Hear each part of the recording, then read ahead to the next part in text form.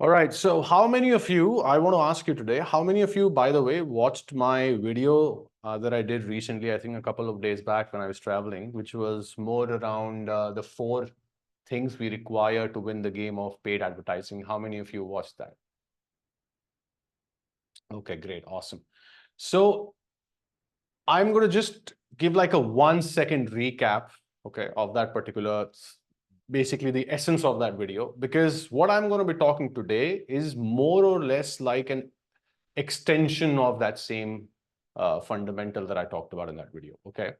So in that video that I shared recently, I mentioned that there are 4 core things needed for any kind of a service business to grow digitally. If it's a digital, which means if it's an online service business, there are 4 core things needed. If you want to build a sustainable business, that is, a business that sustains and is able to pass the test of time, right? All the challenges and bottlenecks. So what are those 4 things? Number one is paid traffic, right? If a business can control the demand of traffic and get and generate traffic as and when required, that business will always have the upper hand. And that is the reason why the first core things out of everything is paid traffic. The reason why I say paid is I don't have anything, like I'm not biased towards paid traffic, but yes, I am biased towards traffic. Unfortunately, fortunately, unfortunately, organic traffic is going to take a lot of time if we only do organic. If we club organic along with paid traffic, then it can help us grow our business better, right? So the first piece of this puzzle is traffic generation, paid traffic generation, which means advertising. The second is core offer.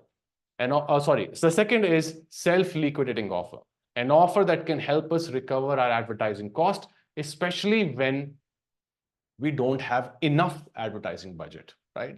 Some of you may just have very little advertising budget. Some of you may just have a lot of advertising budget. But irrespective of how much budget you currently have, irrespective, you currently don't have enough budget that takes you to the next level of your business growth. Yes or no? So enough is the word, right? So whatever budget you currently have is definitely not enough to help you push through the next stage of growth, right? So we all suffer through this, for the lack of a better word, suffer through this problem of having enough advertising budget so that we can keep paying to Mark Zuckerberg and keep asking Mark Zuckerberg, I mean the platform, ask him to keep sending us the traffic, right? Self-liquidating offers is a great concept for that. It's a great option for that because self-liquidating offers will help us recover the advertising cost. That's the nature of that offer. That offer is created with that kind of a mindset, just to help you recover the cost to advertise. The third thing required is a core offer, because ultimately the scorecard of any business is its profitability. If a business is not profitable, it's just a hobby. We don't want to pursue a hobby. We want to pursue a business. We are building a business. We want to pay salaries. We want to make money. We want to make our family proud. We want to grow our business. We want to touch millions and millions of lives. And that cannot happen if it's just a hobby. So the scorecard of any business is its profitability. If a business is not profitable, that business can never grow. Simple fact, right? Hence, if we have 4 things required for a business,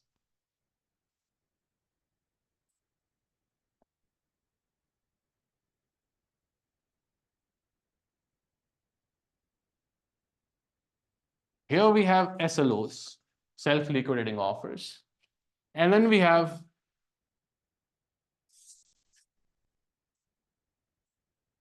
core offer, and then we have profit maximizers.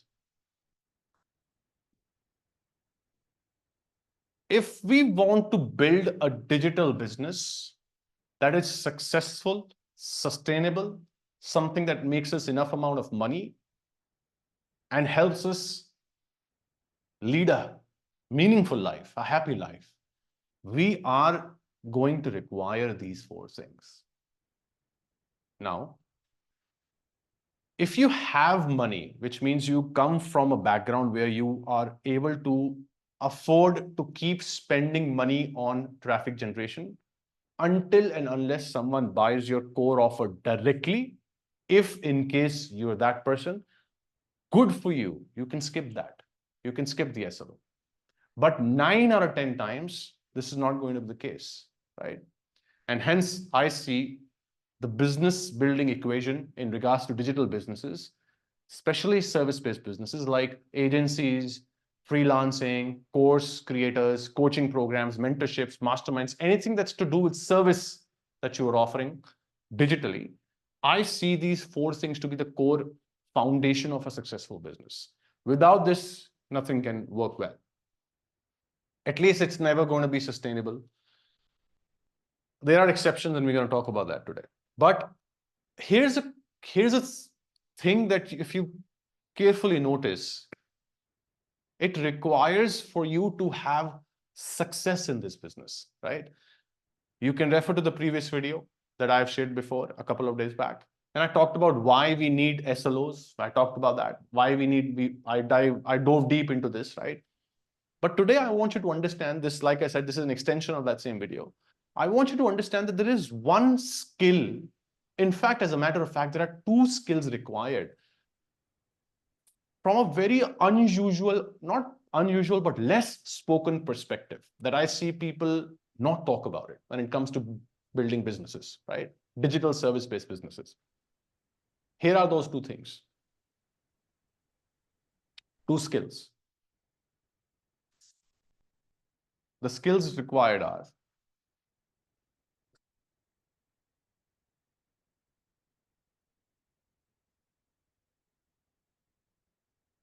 ability to convert CT is cold traffic. Okay. Ability to convert cold traffic. The second skill is retain or ascend.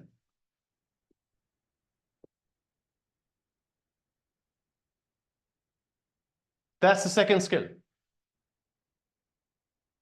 Because as a result of when we are able to do this successfully, what is going to happen? What is going to be the result of this?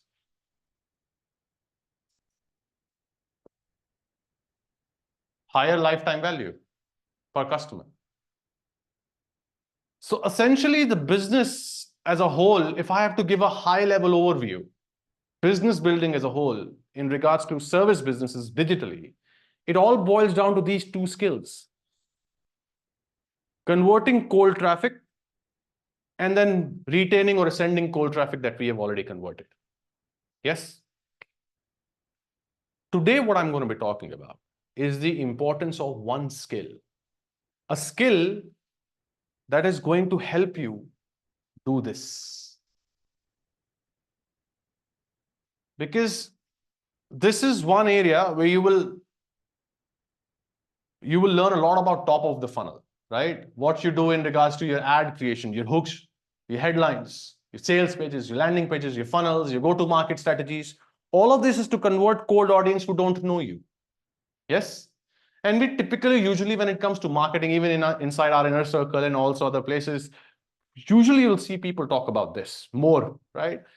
But today what we're going to talk about more is this, the skill that will help us ascend or retain people, okay? And the reason why we're going to do that is because notice carefully that if we want to win in this game and we want to fulfill these four blocks to ultimately build a successful and sustainable business, we are going to require the skill of ascension or retain people, retention or ascension, from this to this, and from this to this. So it's a skill of moving someone from one point to the next, right? Let's face it today. If we are in a digital service-based business, selling something online,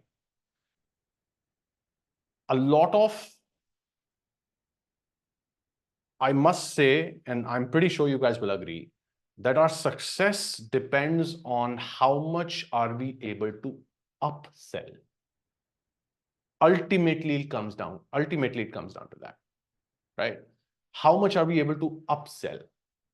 Now, upsell, we'll use upsell as a word, but you can consider when I say upsell as something like probably renewal, right? If you're just selling like an agency service. So it's a renewal, right? Where people are, or a monthly retainer, where people are renewing or paying you on month basis. But upsell is like that sweet spot which helps us talk to everybody, right? Even coaches and course creators. So keep that in mind. When I say upsell, that's what I mean. So success in a digital service business is going to be dependent on this one skill that I just talked about, which is upselling. How good are we in upselling people?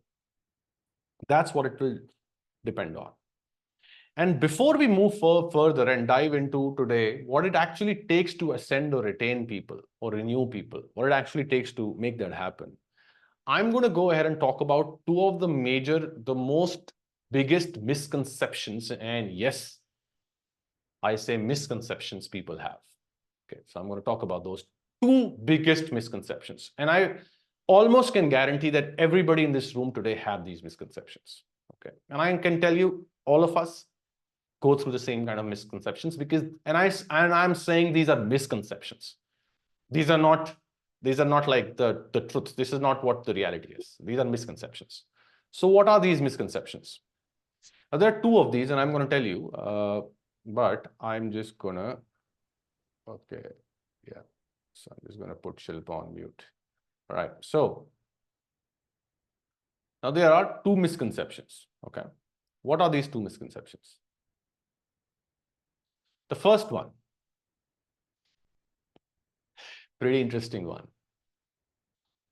I learned a selling framework, Rohan. I spent $10,000. I hired a coaching. Became a part of a coaching program. I hired a coach. I paid $5,000, $10,000, whatever, a high ticket price. And now I have learned everything about selling. And now I can go ahead and I can sell anything in any environment. That's the misconception number one. How many of you can resonate with what I just said? That when you learn from other places, it could be from a paid coaching program, or it could even be from other low ticket coaching programs. But when you consume the knowledge of how to sell, to understand the psychology of selling, when you are consuming the knowledge, you start to feel like you know it all now because you learn those frameworks.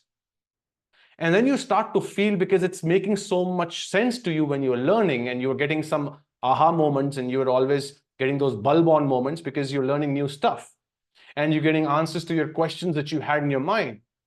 And when you start to learn from different coaching programs, you get those eureka moments at the same time, and you are like now all excited and geared up.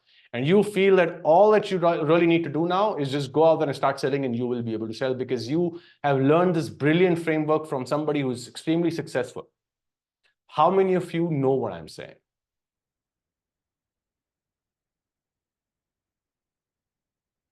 But that's a misconception. Why do I say so? Because understand this. Do you agree that every business model is unique? Do you agree?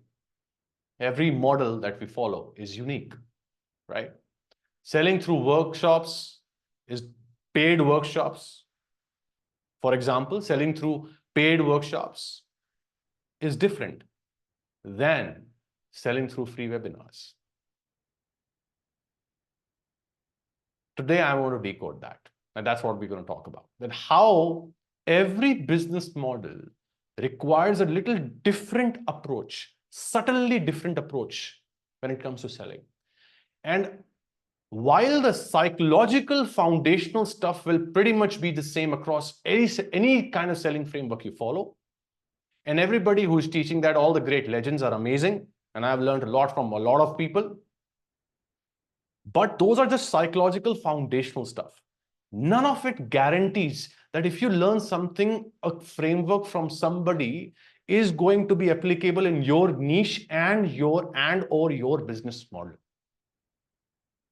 So that's a misconception. How can I say that? How many of you have literally tried some really successful selling framework, learning from really great experts? And I'm not saying those people are scams, and that's not what I'm saying. Those people are great. They are successful at what they are doing, and they're just teaching what they know. Work for them, more power to them, amazing, good for them. But how many of you have tried it, but it didn't work?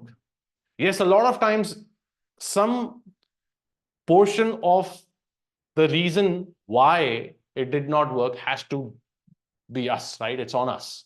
But let's be very, very fair towards this. And let's not be judgmental, and let's not go too hard on ourselves. And let's for once realize this, that what works for somebody else may not necessarily work for me. Hence, what business model this other person is using may not be the ideal business model for me.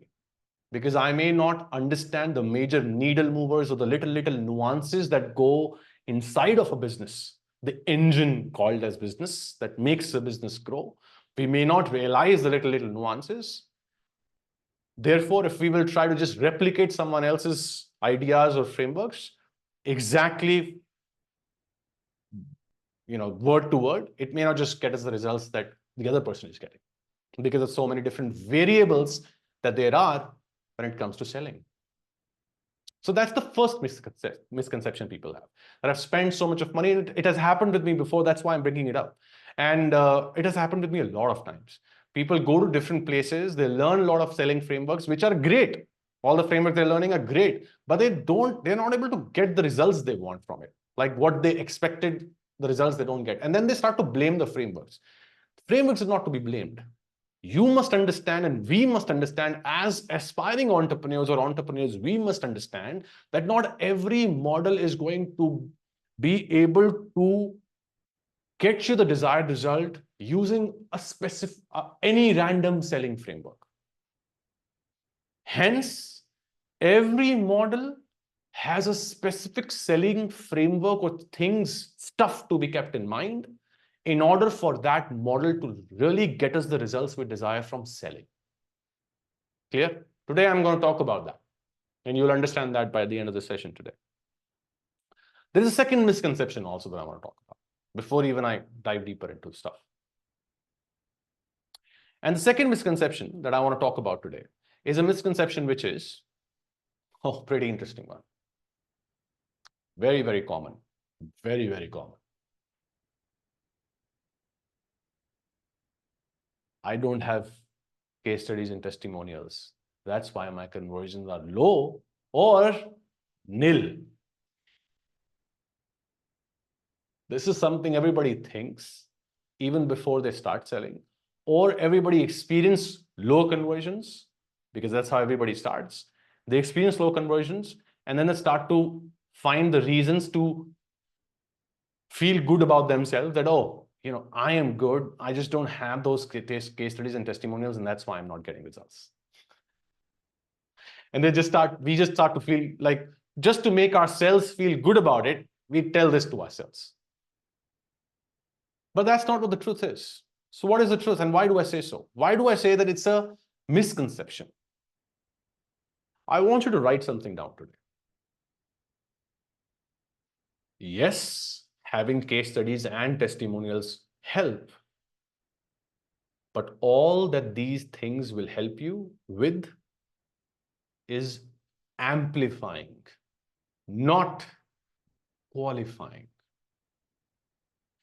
We often use this as an excuse that helps us qualify this thought and justify it, that we are great, but because we don't have case studies, testimonials, that's why we're not getting results.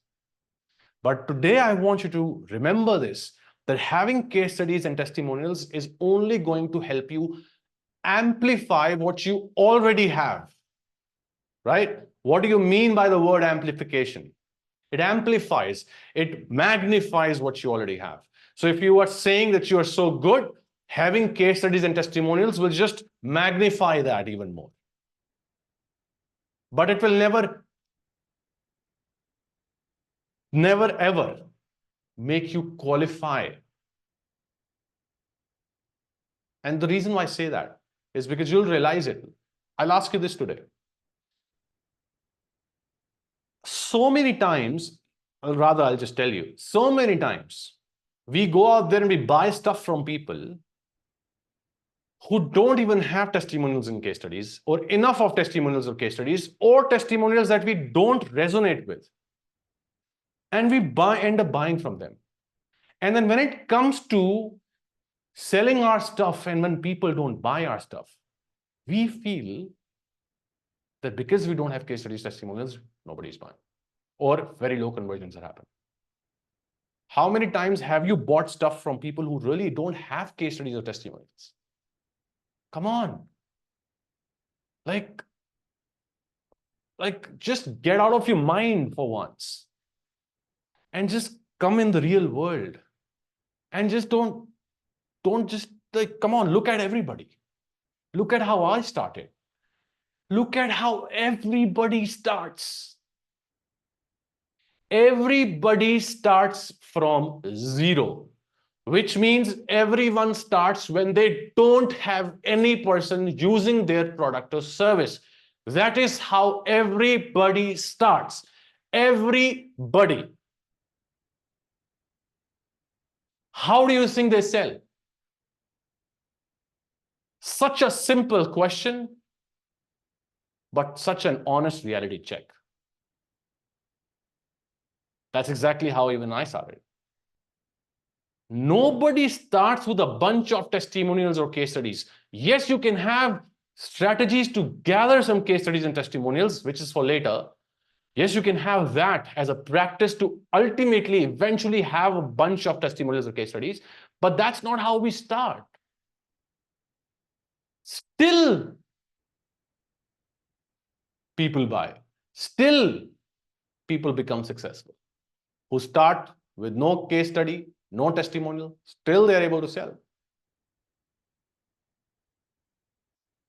Why? One word answer. Go in the chat. Let me see. Anything that comes to your mind, don't think about right, wrong. Why still you choose to buy, or you chose to buy from that one person, or from multiple people who didn't have enough case studies or testimonials, but still you bought. What's that one word? Umar says trust or believe. Abhishek says SLO. SLO is just an offer, bro. What else? Their belief in their product or service. Okay.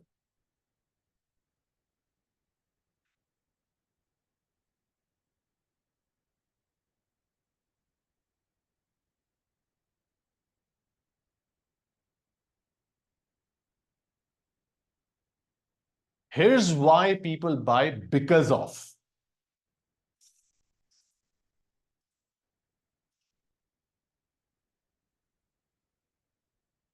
People buy because of this one word. And only because of this one word. There's no other reason. Only one thing. So people buy because of.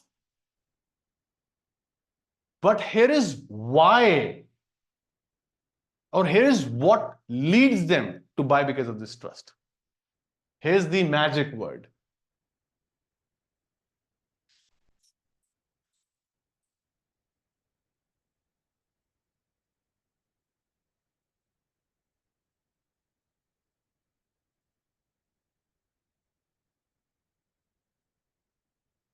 Ultimately, we buy when we trust. Ultimately, we buy when we feel that we trust the person, or we trust the brand, or we feel that this is for us. When we feel that, when we feel the trust, we don't just buy because we trust. We bought because you made us feel that I can trust you.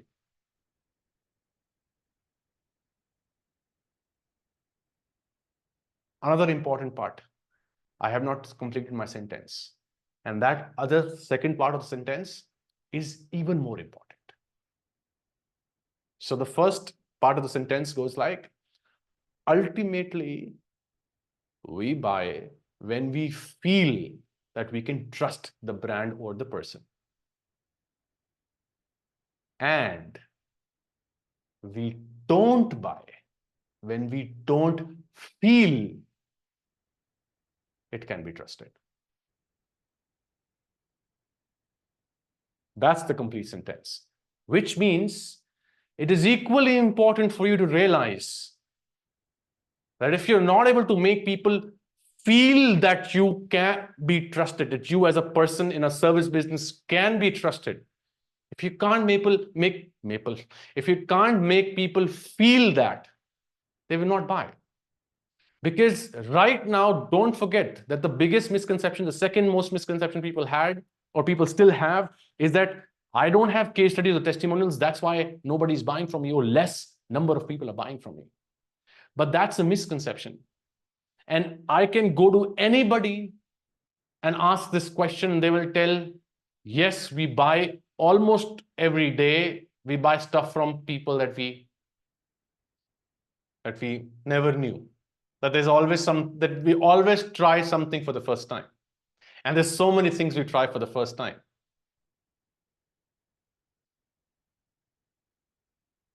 There are a lot of factors that contribute to the trust. That's there, right? But I am talking about feeling, right? How do you create that feeling? How do you create that feeling? That's what we're going to talk about today. So that ultimately, you can make them feel that you can be trusted. Okay. And there's no gimmicky stuff here. I'm not coming out here out of nowhere and telling you, hey, use this jugaadu technique. There's no tactic or technique. There's hardcore fact, okay, that I'm telling you. That's the only thing that can help you make the other person feel that they can trust you. Because if they trust you, that's when they'll exchange the money, their money. How many times have your friends or family members called you and asked for money? Help चाहिए, help कर दो. अब एक answer मेरे को एक और question का दो. उसमें से कितनी बार आपने मना कर दिया?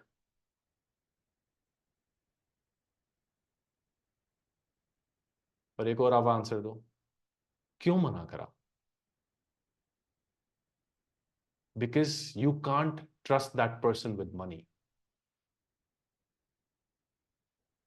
The most dearest thing to a human being, unfortunately, and yes, I say unfortunately, the most dearest thing to a human being is money.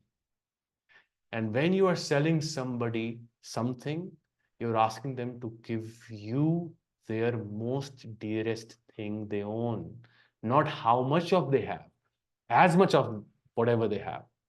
You're asking them to give that away to you.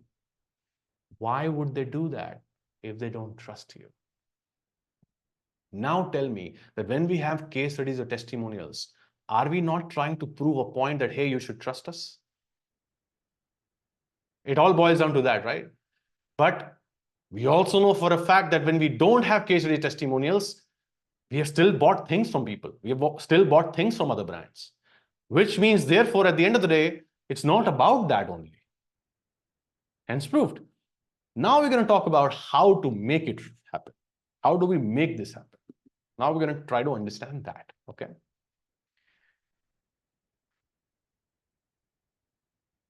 A service business in the digital space depends on this one concept, okay, which is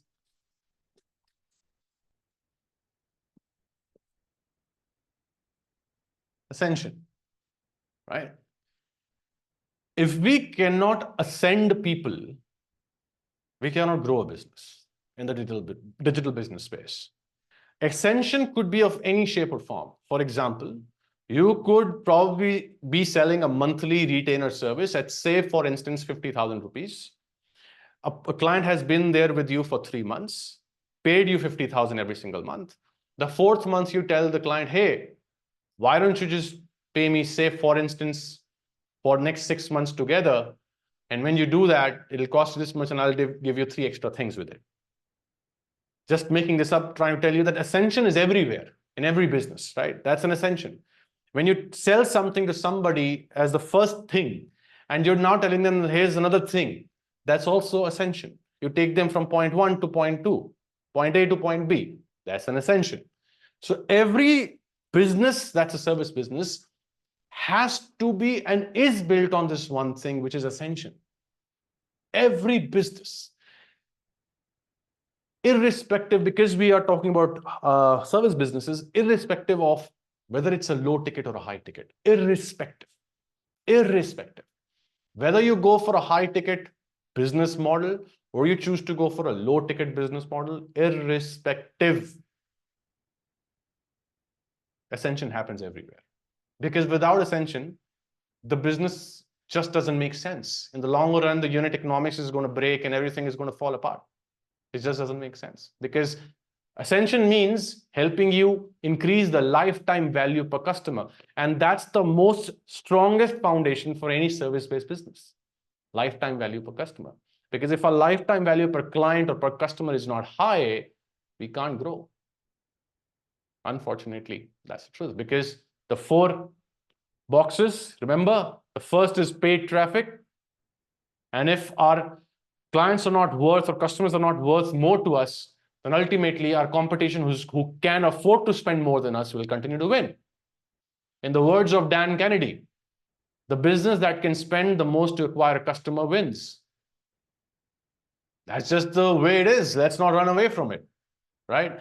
And in the world of digital businesses, it's pretty awesome because we are selling digital service or digital products. So we can really create a bunch of products if we have to, if need be, to ultimately keep advertising and keep paying more to acquire a customer than anybody else out there.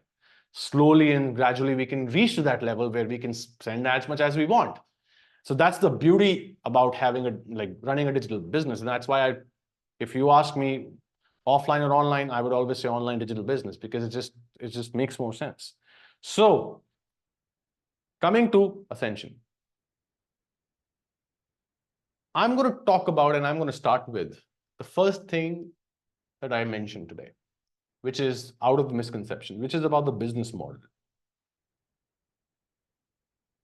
The business model, right? Let's understand, why do I say so? How can it help you in Ascension? Let's understand that.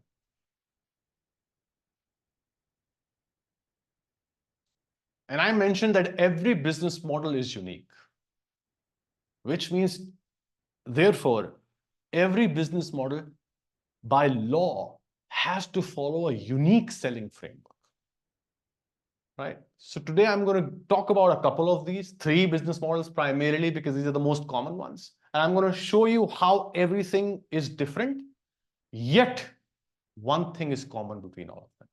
I'm going to tell you that. I'm going to share that with you. That's one thing that I'm saying, that's a common thing between all those 3 different business models. That's one thing that everybody misses out. And people start using tactics and techniques when they forget the basics. Okay. So I want to talk about that. There you go. ये भी होता है. Okay. Chalo. All right. So let's look at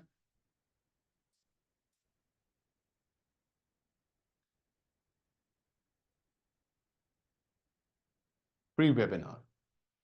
Let's try to understand free webinars. Okay.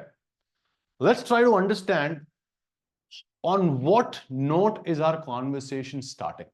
Okay. How are we even starting the conversation with somebody? Ever heard this good old saying, first impression is the last impression? It is the truth. So how does it happen? A person is hanging out on social media with his mobile phone, right? You, on the other hand, are a business owner and you have a product to sell. This person doesn't know you. You don't know this person. You both are strangers to each other. But there are bridges in between. Bridges that will take one person closer to the other, and vice versa. Your first step of that bridge is meta.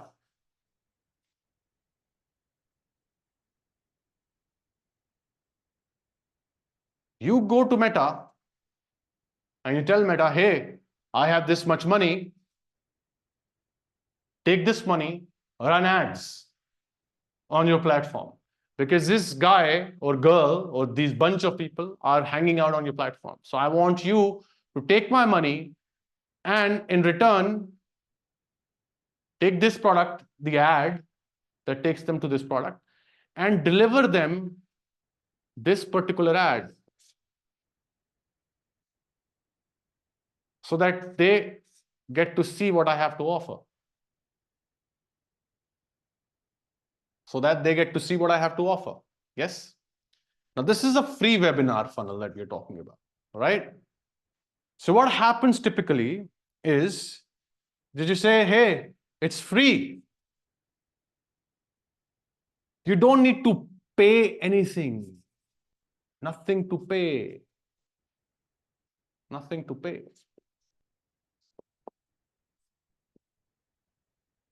Right? What's the most dearest thing to people, to human beings? Money. And you told them that, hey, no money required. Start the conversation on this note. Free. As you offer something for free to somebody, let's say it's a webinar. People register, right? From ad, so they go to the opt-in page, they register. From registration, they go to the, let's say, webinar. They go to the webinar, right? Now, they're not paid anything to you, right? If something that you're giving away is free, the only objective that you have from a free webinar is to tell them why what you say works. Because it is free. You are inviting them to a webinar to tell them why what you say in order to achieve XYZ works.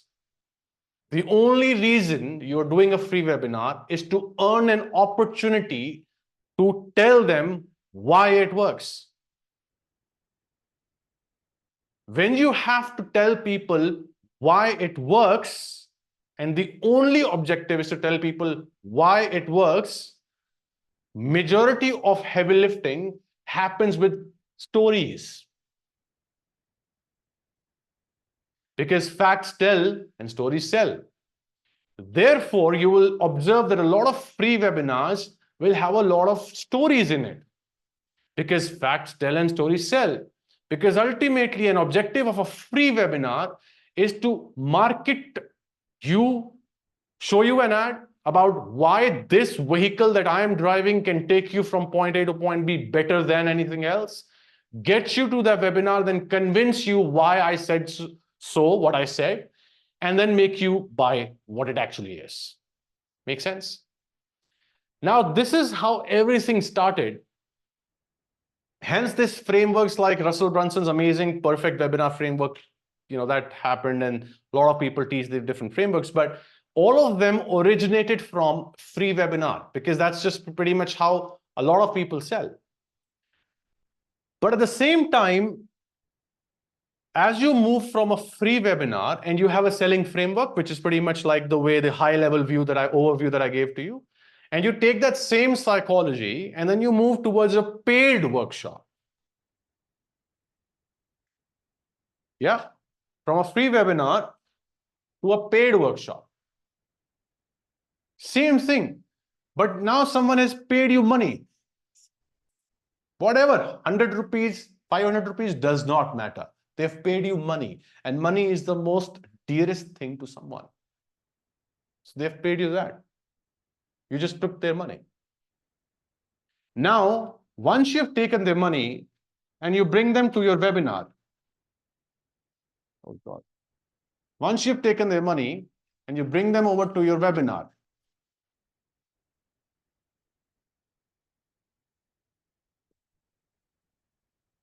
And all that you do is sell them stories. What will happen? What do you think? Nagur, unmute and tell me, what do you think is going to happen? I think they will be sold. You think they will be? They will sold. I think, or they will buy. If I make them feel good, tell stories. So if they assume they will get the desired outcome to me. Okay. What about Pradeep? What do you think? I feel after stories, the person feels that this person is real and we can trust him.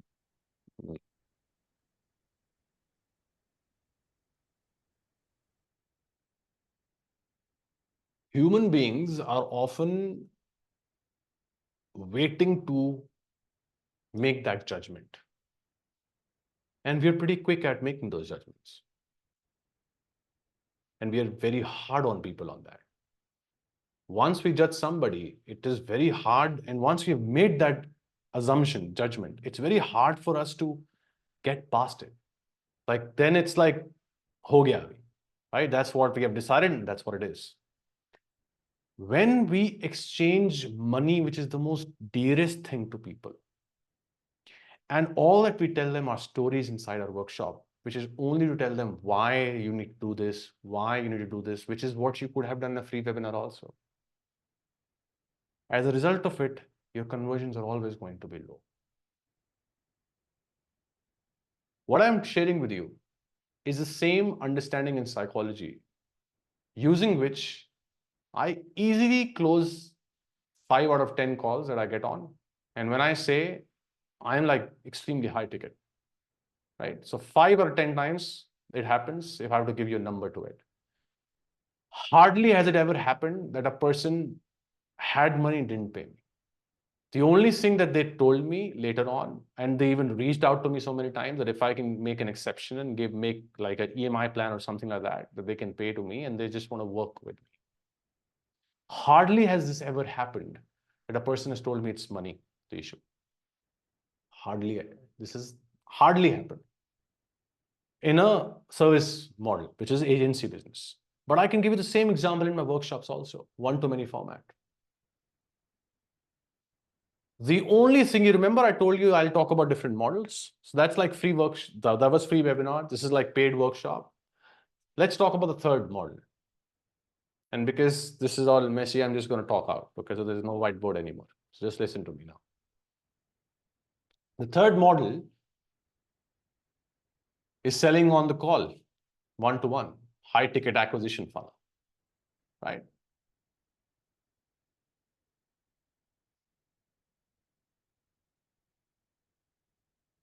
Inside I Excel, I'm very vocal about it. And I tell this publicly because I have nothing to hide. I never sell or even make an offer on the first call. Never. I've never done it. The only time I've done it is when a person already knew what I have to offer through through like a reference or something, or they had an email exchange with me a few times and they have an idea. Only that's an exception. That has all only happened like twice, I think. That's it. Never. Because there is one thing that's common between everything that helps the other person makes feel like that they can trust you.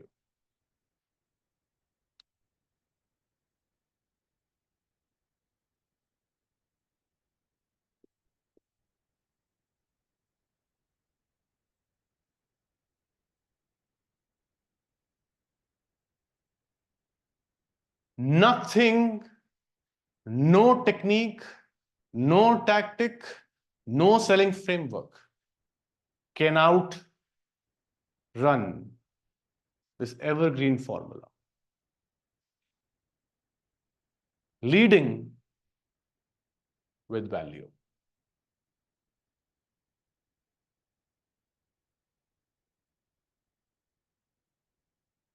What kind of value? Giving away your most dearest secrets, at least some of them. That's the value I'm talking about. The thing that you're scared of telling them, because then you feel like, why would they buy the next thing? That's the thing you want to give. Because people are not going to see, a person goes through stages of building a trust. You take a person from not trusting you to ultimately trusting you. And it doesn't happen in one step. Consider it in phases. And the first phase of building trust with somebody is always going to be leading with its value. Being that person who is doing things without the other person asking for it. Ultimately, what does businesses do? We solve problems. That's all that we do. And the only person you are going to buy from is that one person that you feel can solve your problems better than somebody else. I always say that it's not about people are not buying because they are not interested. People are going to buy. Will it be from you or someone else? That's the question you need to ask yourself. That is the right question to be asked. People are always going to buy and they will continue to buy. They never stop buying. They always need reasons to buy. Look at yourself. How many courses and coaching programs have you purchased so far? How many service providers have you worked with probably? How many mobile phones have you switched, or brands you have switched and tried? How many times you keep buying the same thing? If one mobile phone you bought from, say, XYZ brand that you did not like, did you stop using mobile phones? You switched the brand. That's all that you did. But you still bought it because it solves your problem. Problem of the ease of staying connected. Problem of the ease of accessing social media. Having this TV right in your hands. It solves those problems. That's why, hence, you will continue to buy, irrespective of who you are buying it from. If one person doesn't fulfill your needs the best way, doesn't serve you the best way, you are going to continue to move and go from one brand to the next brand. That's just the way it is. So why is it different when it comes to services? I just don't get it. The idea is simple. The only way you can gain someone's trust is not by faking it, because newsflash, trust cannot be faked. Value cannot be faked. Sorry, that's the right way of saying it. Value cannot be faked. Value is value. Value is just value. You cannot fake value. Tell me one person you think that you know who delivers value and you don't respect that person. Tell me one person. Let's name a few today. Let's just do a complete reality check and understand the selling ascension game plan. Rohan, people are not buying my upsells. Rohan, people are not ascending from one thing to another. Let's talk about that today. Everybody knows Alex Hermosi, right? Yeah. Mosi Nation. We all love him, right? Even I do. Legend. If he launches something for $5, will you even think before buying? If he launches something for $500, will you even think before buying? That's trust. But how? Through case studies? Testimonials? value. The only thing, write this down, that makes people feel the value you're offering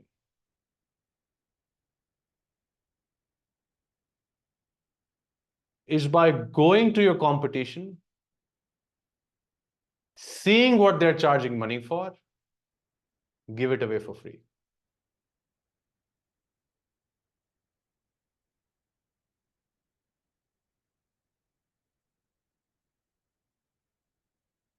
Or go to your competition, see how much are they selling it for and what are the things they're selling, what they are giving in their offering. And then use that as a bunch of other things that you combine with your main thing and then give that away.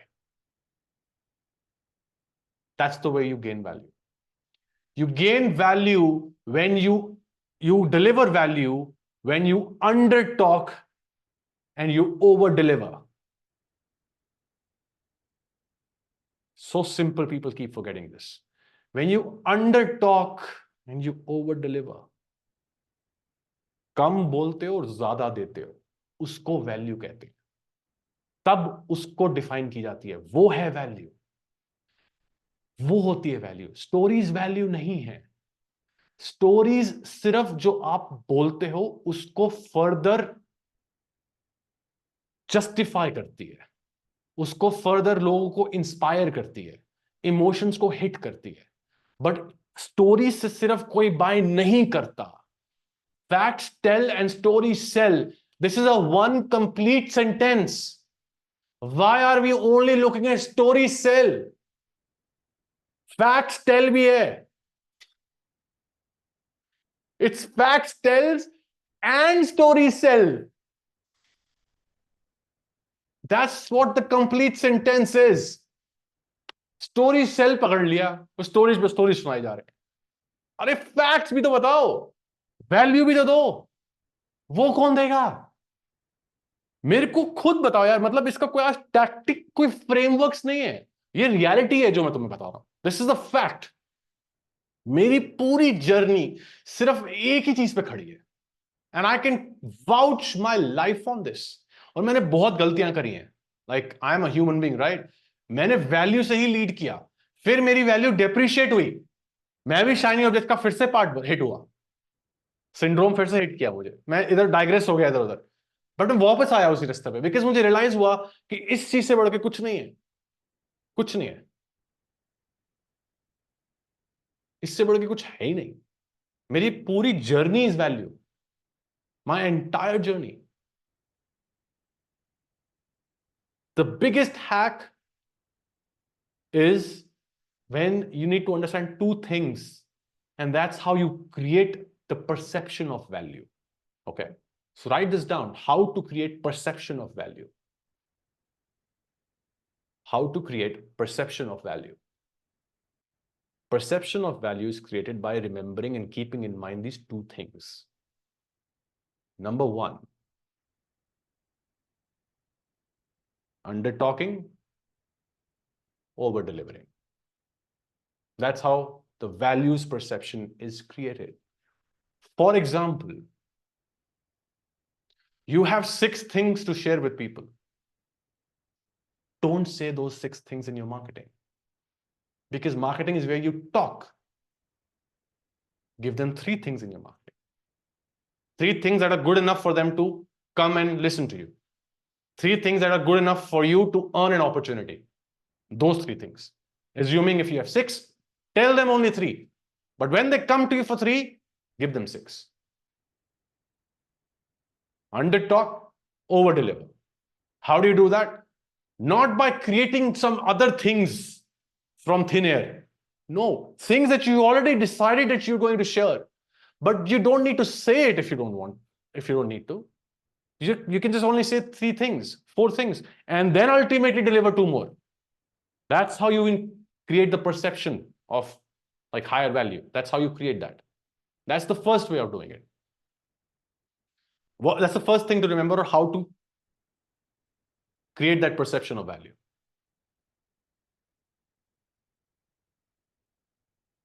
What's the second way?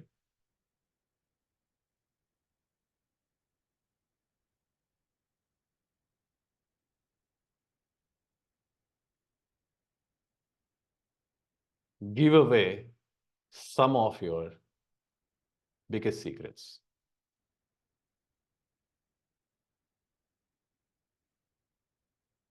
The thing that, and what are we talking about today? Ascension, right? Ascension means upsells or renewals or retainers, right? So that thing that you feel you should not tell them right now, because then they will have no reason to buy your upsell. Those few things you think are those things, take a few of those things and give them away. Those are the secrets that I'm talking about. In my free YouTube videos, I have played ads of my clients. In my free YouTube videos, I have shared my calculators that I use to optimize ads and other stuff. Free YouTube videos. Because the only thing that is going to strike your mind and go through your mind the moment you see that content is that, boy, if he does this for free, what is he going to do when it's paid? And guess what? People are not buying from you what you are selling. That's not what they buy. In a digital service-based business, people are getting associated with you. So if it's a service like an agency service or a coaching offer or as a coaching program or a course, they want to buy from you because they think that they like you. And likability only comes when they trust you. If they don't trust you, they are not going to like you. Or if they don't like you, they're not going to trust you. And likability is not about your appearance. Likability is about how much you like them as a person. It's about that. Ascension happens with only one thing. And I'm telling you this today. One thing only.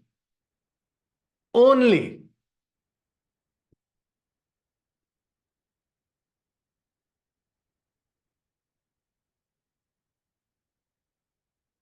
That's it.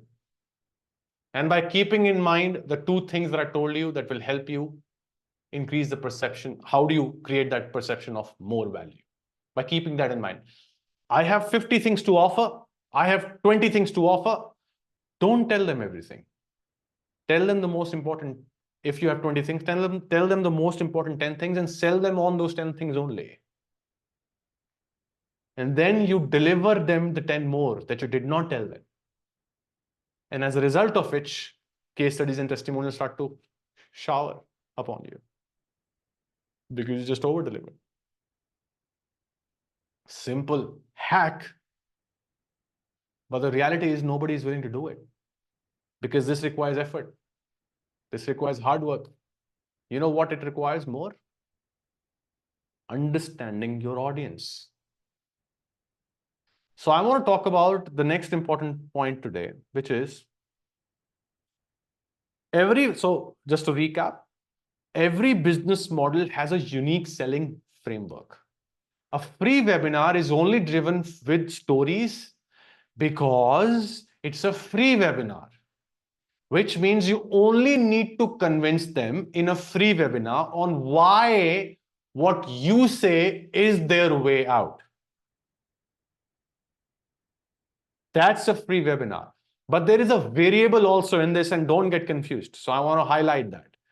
If the market sophistication level is high, which in simple words means that if your market has seen a lot of what you're already saying or giving away, that means the sophistication is high.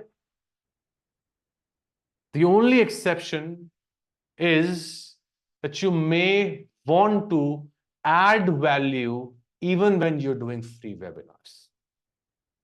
Understood? Because people are not going to trust you, which means they will be skeptical. Yes or no? Now, there are different types of skepticism. One skepticism is, I don't trust him. Another skepticism is, I don't trust this will help me. Another form of skepticism is, I don't think this can work for me or for these reasons. So something different skepticisms, different types of skepticism, but ultimately skepticism. And the only way you can remove someone's skepticism is by adding more value. That's it. That's the way you play the game. Yes. That's the way the game is played. So every business model has a different and unique selling framework. You cannot copy paste a selling framework from one business model to the other business model. The psychology of buying and selling is the same across any selling framework you choose, but every selling pitch framework, sales pitch framework is very different depending on the business model you pursue. It depends on that. And always come from the angle of what is it that they already know? What is it that they have already seen? And how can I just add more? Just that. Another example is that when people come to me to work with my agency, I don't even get on calls with everybody. B, even when I get on calls with everybody, I am very vocal in the first 5 minutes of the call. First 5 minutes. And I tell them that this call, I'm not even going to tell you how much I charge, how I deliver what I deliver. I'm not going to tell you. This call, here's how we work. This call, I'm going to understand you, get the vibe, exchange the vibe, understand if we like each other, understand your business model, understand your vision. That's it. What have you done? What your current assets are? What are your current bottlenecks? What are your current challenges? Just going to understand that.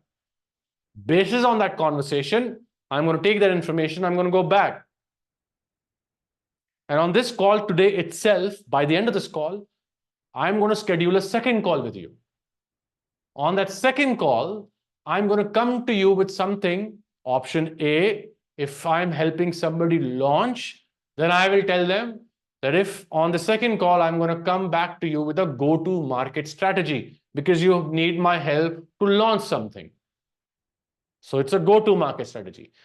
But if that person has come to me to help that person grow and scale the business, then I will say, I'm going to come back to you with a PMP, which is a performance marketing plan.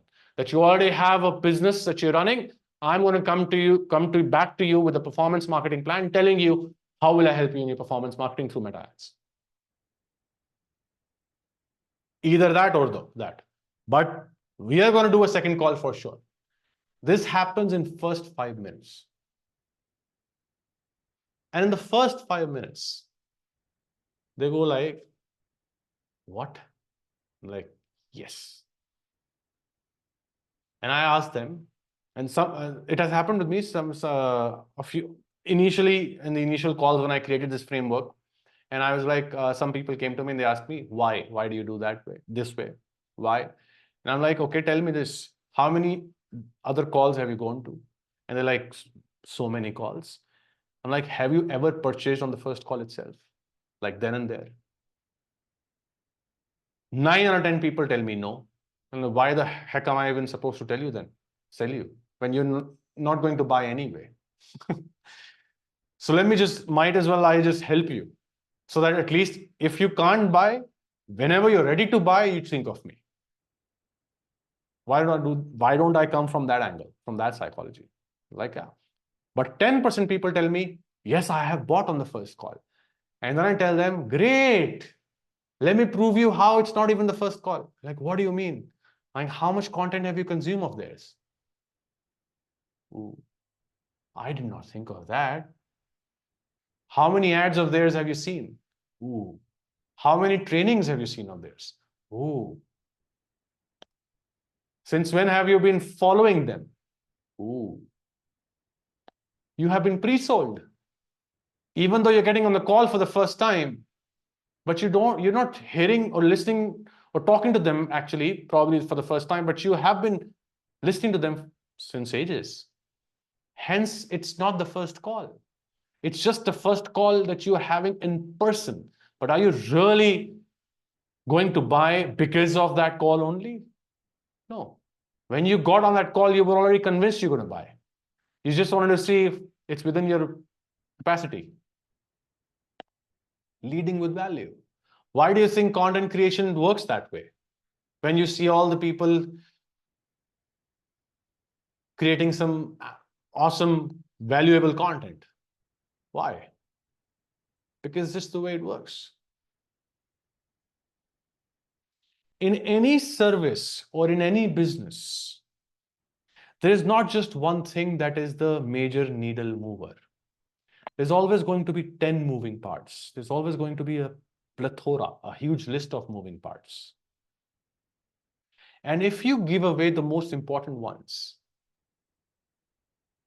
that's how you will win the game of sales. That's how you will win the game of value. That's how you will win the game of ascension. People are not ascending or people are not buying, people are not renewing is because they don't see the value. That's the first thing. Are there other things involved? Yes, there is. What's that other thing? Let's talk about ascension. So every business model is unique. Every selling framework is unique to the business model. Understood? Makes sense? And another variable to be considered is market sophistication. Okay. If it's a free webinar, but the free webinar itself has become very common, then I will do a free webinar and I'll add so much value in the free webinar that I'll blow your mind away. And then you'll be like, oh, I want to buy this from this person because this person is different. Okay. Here you go. Right. And how do you understand that? By understanding your market and then by testing different things. That's it. That's how you understand it. There is no tool where you enter my niche is stock trading in India, target market India. Tell me my sophistication level in 2024 July. I really wish there was an option, but there is no such option. So only way to understand that is by developing a very good market sense, by understanding, looking at the market where your competition was increases your market sophistication level. Okay, so understanding how competitive your market is, and then deciding how you want to pursue the business model and the selling framework you want to pursue. That's how you determine that. Okay. Next thing about Ascension.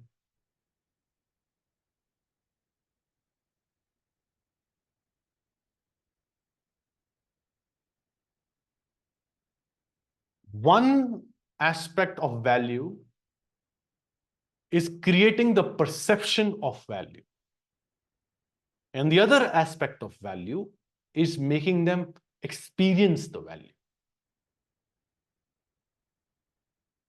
The one who can make people do these both things on a sales call, in a workshop, in a webinar, the one who can do those two things together is the one who is going to dominate in every selling environment. Who can make people get that perception of high value, and who can also make people feel the value and experience the value. That's how you ultimately make them feel that, oh my God. You want to give them OMG feeling? The OMG feeling only happens like that. When you increase the perceived value of the value, so basically when you increase the perception of value, create the perception of value, number one. Number two, when you make them experience the value. So this is not and or, this is and. You can start with one, but ultimate place to be in is both. That's the ultimate place. Perception and experience of value. Creating the perception, which I already told you, the two ways of doing it. And then there's the experience of value. Do you think there's a secret framework to that also?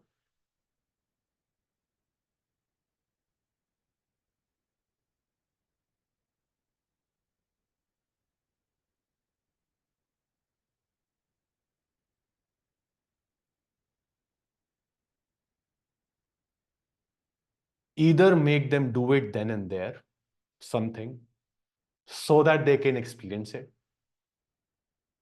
or show them undeniable proof that shows them the experience of the value you have created. That's the only way you can make them experience the value. Understood? So, example. I was doing a landing page workshop, right? There's so many people who came in that space, but nobody was able to go past like a few lakhs. But I took that one funnel from 0 to over 1.5 crores. How? Because I was able to create the perception of value, very high value. I was able to do that, following the two things that I shared with you. And then I was also able to make them experience that value. How? By working on it live. So while I was sharing things with them and teaching things, I was making it so easy for them to follow along and come, like, understand what I'm saying, that make them experience the value I have to offer. So that was for my tool-based workshop. So that's one example. So I was making them like doing things live, right? I was like building up things from zero live. So that in itself is the experience, right, of the value. What are other ways when you don't have a tool-based workshop? Or when you have one-on-one calls, how do you make them experience? The only way is you either make them do something. If you have an action you want them to take that can make them get some sort of instant gratification, right? If you can do that. If you cannot do that, show them the proof of the experience of that value. These are the only ways. Which means, how do you show them the proof? Your own journey. That's where again stories come into play. Your journey, your proof, your achievements, your rewards, your recognitions, everything. Those are the experience. What happened as a result of you doing what you're saying you must do, or you things that you are saying, asking them to buy. Sharing all of that with them. That's how you create the experience of the value, right? But the ultimate form is definitely going to be one and one only. And that is when you make them do something then and there. Because when you make them do something then and there, they will have that, feel that experience of the value. But let me tell you, you must have a question that, okay, so in workshops or webinars, I can still think of something. But what if it's a one-on-one call and I'm selling a service, like an agency service? How do I make people experience something like in such kind of scenario? It doesn't happen then and there then. Then how does it happen? News flash, knock, knock, reminder by not selling on the first call. Step 2, by coming up with a complete rock solid go-to-market strategy. When people come on calls with me, I give them on the second call such a solid go-to-market strategy document that I create, that I don't fake it. I really spend time to create it. That the value I lead with is unmatched even before they've become my customers or clients. I can vouch that that's the only way you build a sustainable business models. Because if you follow a gimmicky technique, it will always give you only short-lived success, because it's a matter of time the world will find out. What are you going to do then? Which means, A, you really need to be good at what you do. If you're not good at it, become good at it. Do whatever it takes to become good at it. Work harder if you have to. Work 7 days a week if you have to. Work in double shifts if you have to. It's not that we can't. It's just that we don't want to, and we're running away from it. We just have wrong meaning of associated with business. Like we feel businesses are like shortcuts. Businesses are the real deal. They are hard. That's why not everyone can do it. Because they're hard. Jobs are easy. Sorry for people who are watching right now who are in job. I broke your heart. But jobs are, if I have to do a comparison, jobs are easier. They really are. Because when you're building a business, you're looking at every moving part yourself. From customer support to your customer service, to your operations, to your selling, to your marketing, to your HR, to your taxes, everything. And everything will break at a point, and then you'll have to fix them. So it's not easy. Every business model will have a unique selling framework. Remember that. Okay. You cannot copy paste stuff. Just can't. Okay. I've already told you how to create value, shared with you. Give them your biggest secrets. Make them experience it. Make them do stuff. Make them participate. Do something. If it's a service, go do stuff for free. There's only one time I ran my VSL for my free marketing agency, for my marketing agency for IXL. There's only once I did it. And that once was more than enough. So when I did that once, we also offered free trials. You can ask Supratim. We offered free trials also. Who offers free trials? And I also have case studies. I still offer free trials.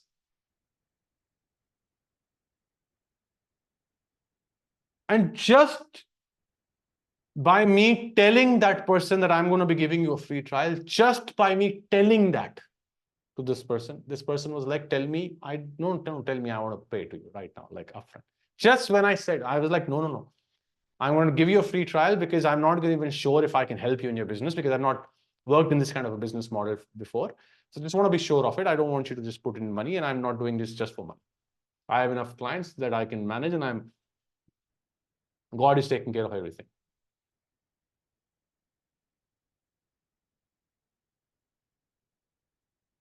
Leading with value.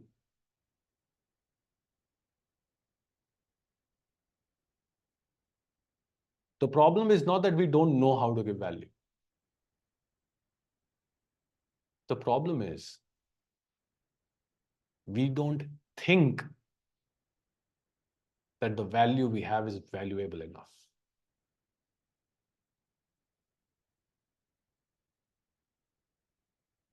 And that brings me to the same thing,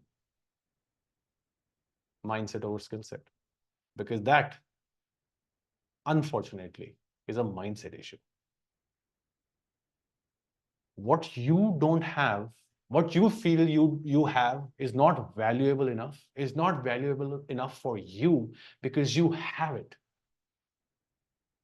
When the other person doesn't have it, it is more than you think it is for that person. Try giving it away once and you'll see. Writing ads is very easy for me compared to somebody else who doesn't know how to do it. I did not have to create a framework, the SOP that we have inside our agency. I did it so that I can help others become as good as me, so that I can remove myself from the equation and ultimately have a team who can do it. So I was like literally forced to create it. And then when I created it, and everybody that I shared it with just went bonkers, and they went bananas. They were like, what the heck is this? This is absolutely crazy. This isn't and people have nothing but the best things to tell me about everything that I've shared with them. They're like, we have never ever seen anybody in India or internationally understand this game so well. And it's going to come to you guys also, as the right time comes. But I'm just saying, that's just the way it is. What we feel is, it's not about we don't have value to offer. It is just that we don't feel that what we have is valuable enough. It's not about what they feel, it's about what we feel. If we feel what we have is valuable enough and we present it like the way it should be presented, that's when people will also be able to accept it as valuable enough. When you don't believe in what you have to sell, nobody is going to believe in what you have to sell.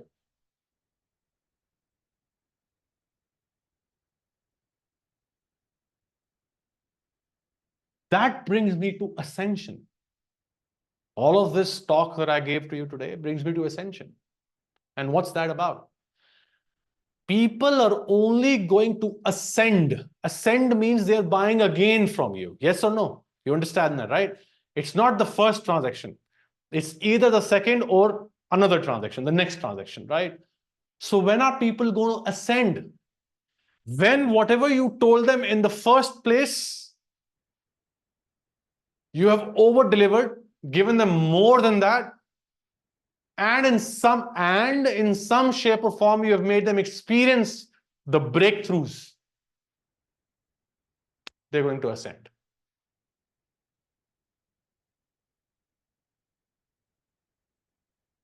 Only one person, one,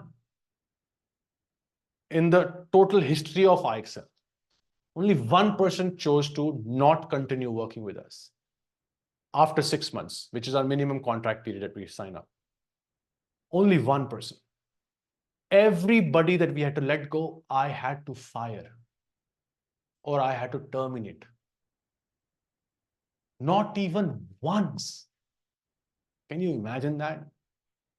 Now imagine how that works.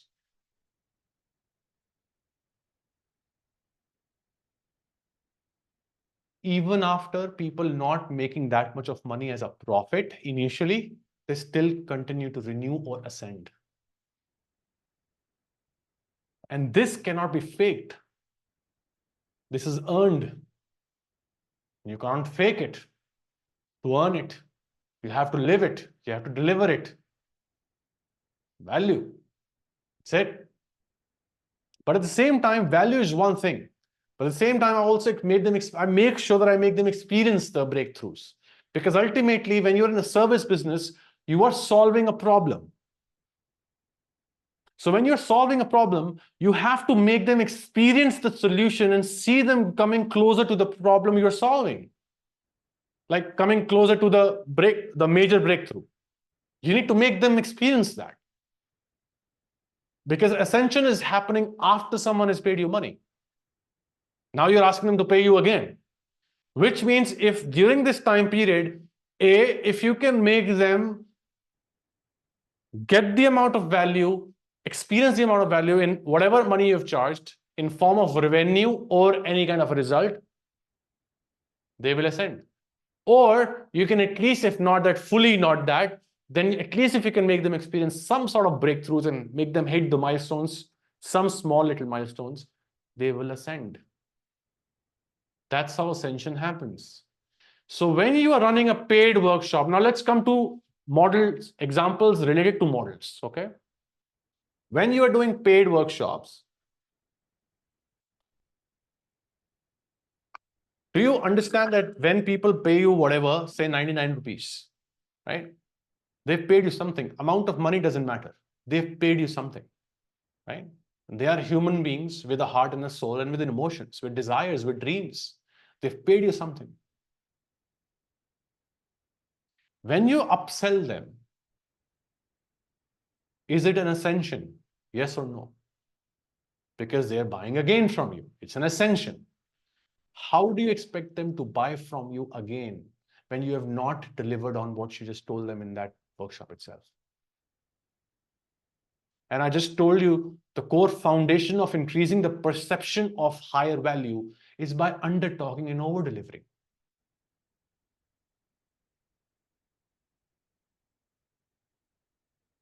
If you go to someone and you ask them, hey, why didn't you buy from me? Or, hey, why didn't you buy again from me? And that is money the problem? And they tell you no. What do you think then the problem is?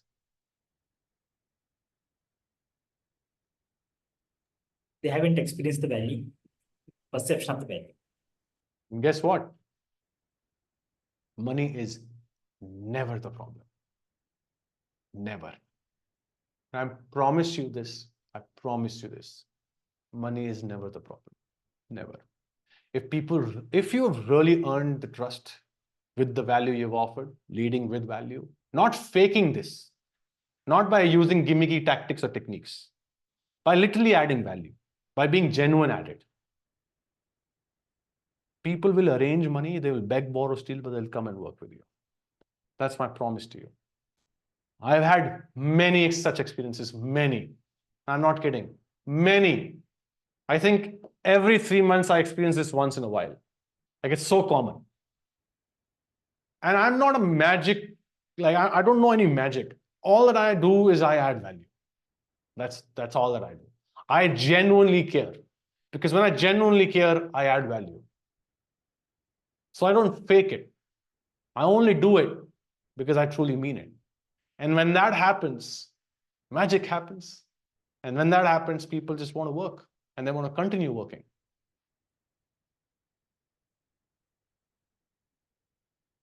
So, sorry to break your heart. No ChatGPT prompt that will help you ascend. The only thing that will help you ascend, your existing bias to the next thing, is when you give them 100x more than what you told you will. You do that, and I guarantee you, your skills, your conversions are going to skyrocket. I guarantee you that.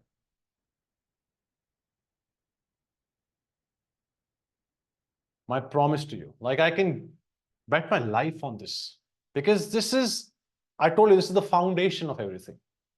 This is not a tactic. This is the foundation. This is what businesses are built upon. Businesses are built on value.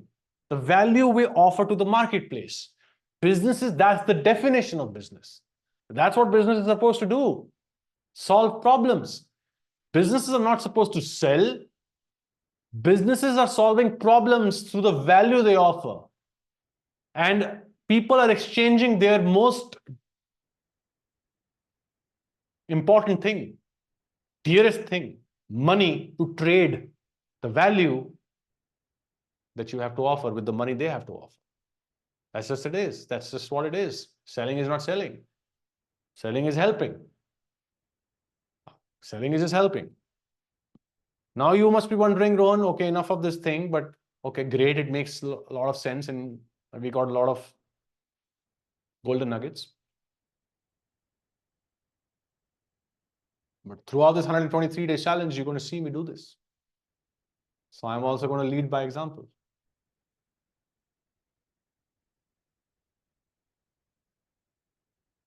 And I promise you this, even though I swear, I'm not kidding, I've not planned to sell you anything after this 123 days.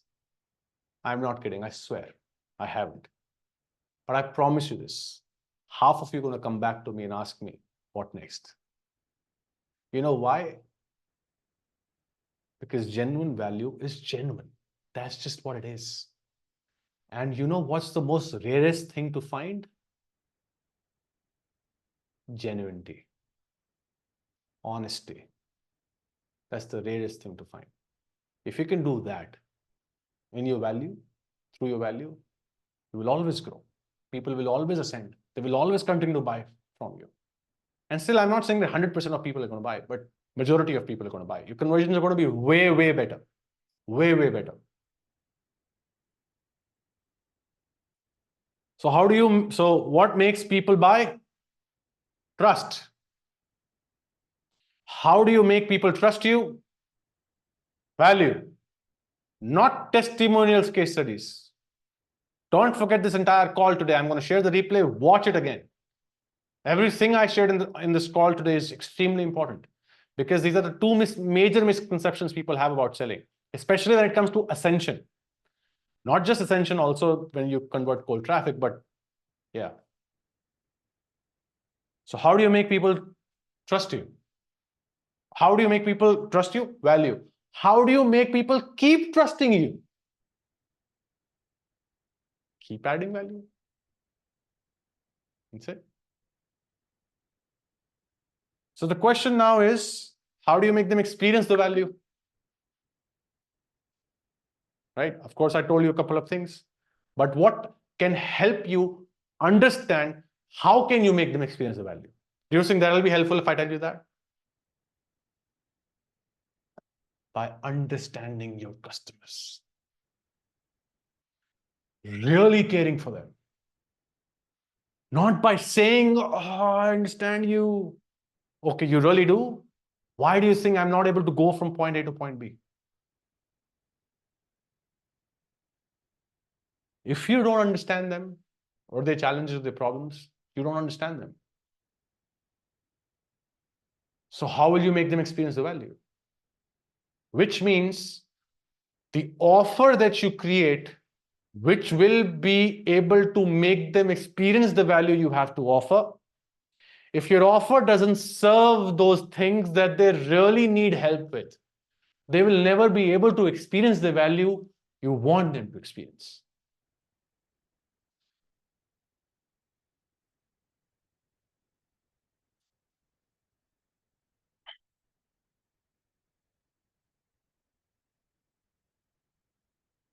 And I think ultimately, let's just not glorify this. Let's just put it simply, straightforwardly, in a straightforward manner. I think it comes down to working harder. I think adding more value is just working harder. Honestly, I just feel that. There's nothing else. That's just what it is. What if I give you 5 calls in a week where you have the opportunity to talk to me? 5 calls in a week. Every day we connect at 9 p.m. That's just an idea of offer creation. But if I add that kind of a value, and then when I deliver that value, I make you experience that through my offer and through my content, why wouldn't you continue to pay and work with me and just learn from me? Why wouldn't you? Nobody in the right state of mind will do that.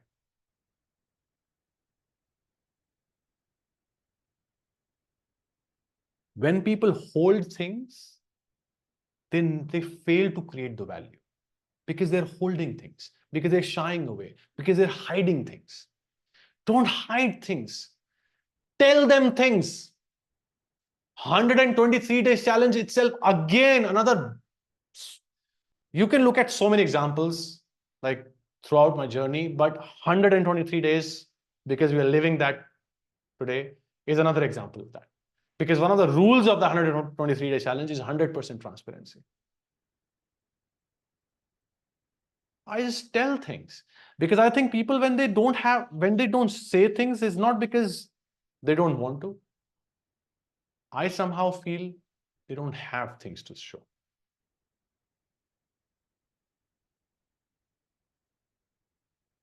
Because I think what you're hiding, you will only hide when it's not good. Because when it's so good, why wouldn't you share it?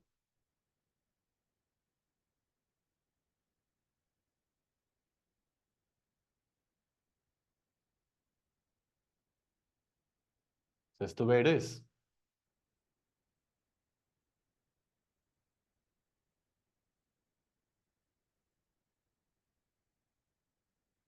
Going the extra mile. That's how you ascend people. Going the extra mile. Is everybody going to pick up the phone and send a voice note to their registrations? No.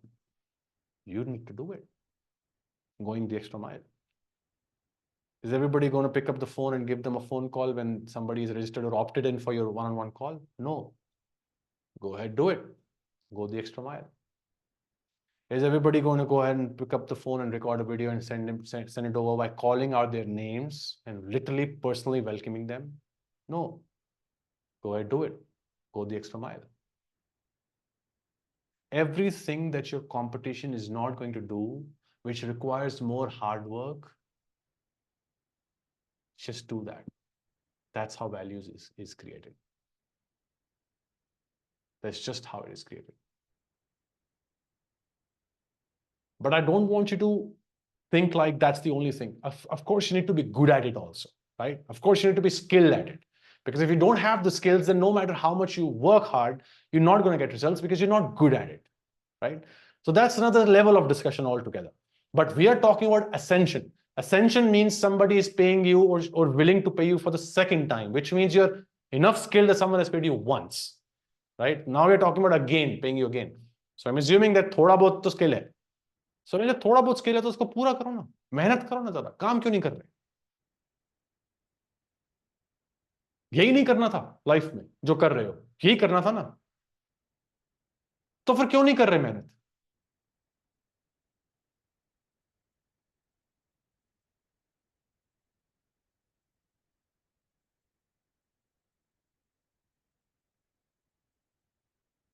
Hard work is the secret.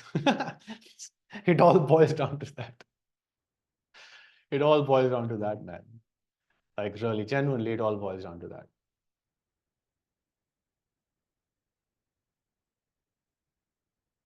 And you will always have reasons to not being able to do it, but it's all about finding those solutions to those reasons.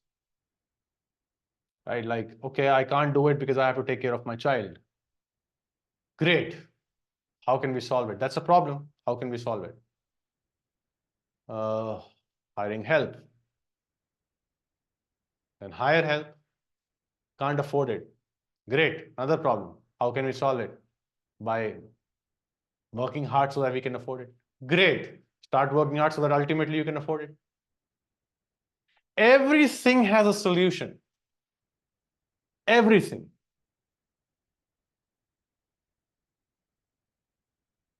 Yeah. And I'm telling you, yeah, that's right. I'm telling you this. It's never about, in a service business, guys, it is never about keeping the secret to you. It is always about giving that secret. It's about that.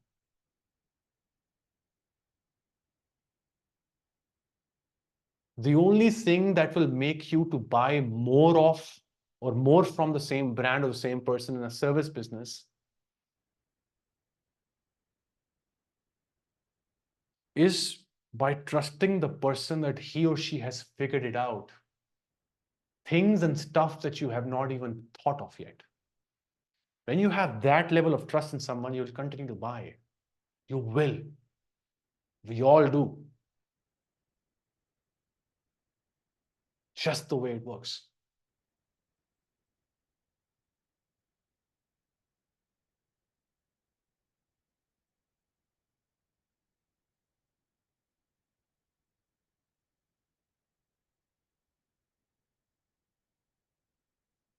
You want to see a glimpse of that value? Wait and watch when I launch the workshop. I'll give so much value that not even a paid course delivers that value. How will you beat that? How can anybody beat that? Tell me that. Plus, I have testimonials and case studies.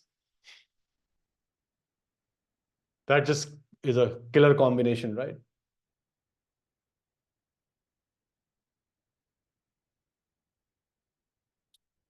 So remember that people will only ascend when you add value. Facts tell and stories sell.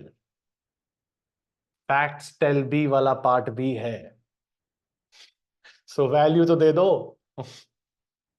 कहानियां क्या सुनाए जा रहे हो? Sales pitch, sales framework क्या मारे जा रहे हो उनको? क्वेश्चंस पूछे जा रहे हो, DPQs and all of that jazz, huh? Deeper probing questions, bridging the gaps. Everybody knows. Lead with value. Show them what you got. Show them that you're good at what you say you are good at. Show them that. They want to see it. And the only undeniable proof that you have is you in a service business. That's your undeniable proof. In a service business. In a non-service business, in a typical brick and mortar business, when you're selling a physical product, how good your product is by demonstrating and showing your product itself. So when you go to a mobile store to buy a mobile, you see those dummy phones or the phones that you can just, the demo phones, right? So you can hold them and feel them. But in a service business, you can't hold anything and you can't feel by touching something. That means the only way you can make them experience it by you being that person yourself.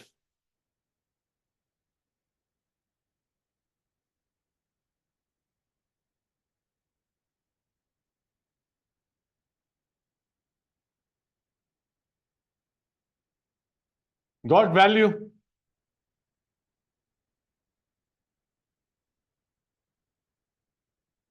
A value add करो फिर. Adding value will never go wrong, guys. It will never backfire you. It will never go wrong. Never. It may not give you the kind of results initially as much as you desire, but because when you start trying to add value, you'll try to figure out what is the value I should be adding, right? What are those extra things I should be sharing? Because sometimes you would try to share 3 things and those people don't care about those 3 things. Maybe you want to share the other 3, but you don't realize it unless you start testing it. But so initially you may struggle, but I can guarantee this to you that adding value will never fail you. Never. I'm also testing different strategies through our different content online, on the internet. I mean, Instagram and stuff, the story angles. If it works, it works. If it doesn't work, so who cares? I'll change. You want free value? Take it. Take it. Because what I have to share cannot be learned in a set of frameworks. It cannot be. What took me years to learn, I can probably cut short the learning curve for you. But it's not going to happen like in 3 months or 2 months or 1 month because it takes time. It doesn't happen overnight. I know it. They may not know it. But you know what I also feel? I feel that they also know it. I feel they also know it. I feel you guys also know that it's not an overnight success. Do you guys realize it? Do you guys realize that it takes a lot of hard work and a lot of like sleepless nights and really going the extra mile? We all know it.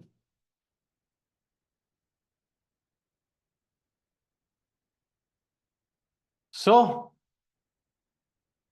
a lot of things I shared today about adding value and basically understanding that every selling framework is not going to be the same for every business model. Realize that. And every business model, if a model is very common, which means there's a very high competition, then you have to do the same thing because that's just the way it sells, but then you have to deliver more value, right? And that's just the way it works. And just try not to sell. That's how it becomes effortless. Just try to add value so that they like you so much that you don't have to even hard sell. You're like, hey, by the way, I have this, why don't you buy it? Okay. So we'll just start the Q&A, guys. You can hit the raise hand so I can take you one by one. Okay, so we've got Hemant. Yeah, Hemant. Okay, so am I audible? Yes. So anyway, definitely a very solid session on value framework and all those. Although many of things you have already taught, Rohan, in your previous programs. And one thing that, just keeps on clicking my mind when you were saying that why value is everything and values should be center and the core of everything you offer, how it helps you build trust, even if for a cold audience or, or for Ascension for that sake. तो मेरे को बस ये problem आ रहा है अभी how do we find and validate that the value we want to give, whether through our free content or whatever medium, it's highly relatable to my audience? Because like suppose if I go on a social media, like suppose for creating Instagram or LinkedIn content, any Facebook platform, there is a hell lot of type of audiences are there, but I want to find out like which is more highly relatable, because one way is that I should have a very very very huge experience, big experience, then I will be easily find out, obviously this is the most critical problem that the audience used to face. Otherwise I will go with hit and trial. So this I keep on juggling in my mind, like which angle or which piece of information I should share or which information I should not share. And secondly, there is a kind of a imposter syndrome kind of thing. This is the second question. Like whether this, what I am just telling about, to my audience, whether it is really going to work or give that that same level of, you can say, boost or growth, whatever they are looking, or I'm claiming in my uh, whatever advice or whatever information I'm trying to share. So these are the two things that I'm struggling with.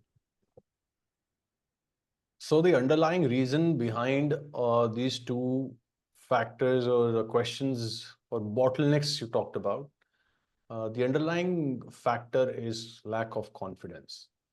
And the only time when we feel like imposter syndrome, or we get imposter syndrome or feel like an imposter, is when we are saying who we are not.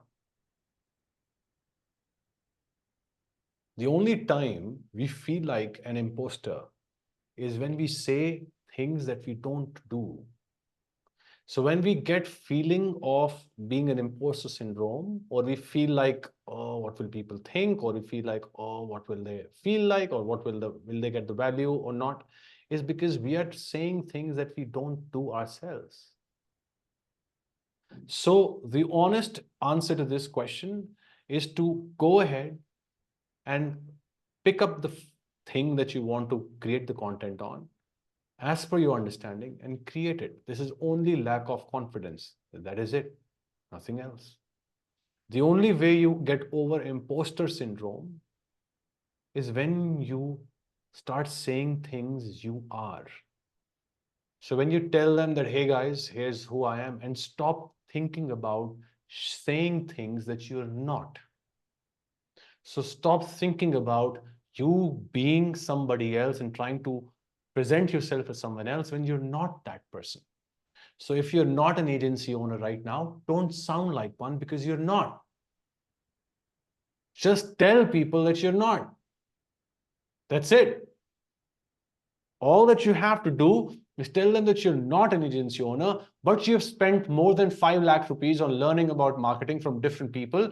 And what you have to share today is one thing on this, for example, on headline creation. And I'm going to tell you how to create headlines following these 3 things that I learned after spending 5 lakh rupees on different coaching programs and courses online. Let's get started. Is it the truth? Yes. The moment you start speaking the truth, imposter syndrome is out of the window. Because you're not being an imposter anymore. Because you're saying what the truth is. So this comes, and that imposter syndrome of this thing, like I said, the underlying reason is lack of confidence. But uska bhi sub-underlying reason hai. और उसका सब underlying reason होता है that we are subconsciously, knowingly, and a lot of times unknowingly, we are comparing ourselves with others. We are comparing our step 1 with someone else's step number 10. I may be more educated, more informed, and more skilled and more experienced than you today in marketing. It is because I have hustled for so many years, implemented things, worked hard. But that's not how I started. How I started was exactly where you are today. That's how I started. So when you are there, it's more about understanding that it's not about whether my audience is going to like this, not like it, they have this value, or what should be the exact value for them. It's not about that. When you're getting started, because your question is from that level, when you're getting started, you talk about things you want to talk about, and your audience will find you. Don't think about what you need to tell them. Think about what you can tell them, and just start telling them that. As simple as that. If this hits you guys hard, then throw boom in the chat for me. Because that's just the way it is. So remember this punchline, the bottom line. The only time we feel like an imposter is when we are actually unknowingly being one, or thinking of becoming one. Because we are thinking of saying things in a certain way, following frameworks. Hook story offer. Hook story offer. Lead with the result. Okay. This framework will get you 57 leads in less than 24 hours, or you don't pay. Okay. Have you ever done it? No.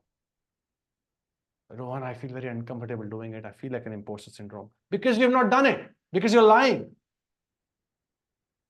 So how do I get past it? Start speaking the truth. What's that?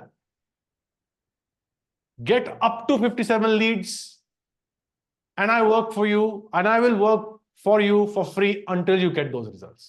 Can you do that? Okay, then don't give the guarantee when you don't have it figured out.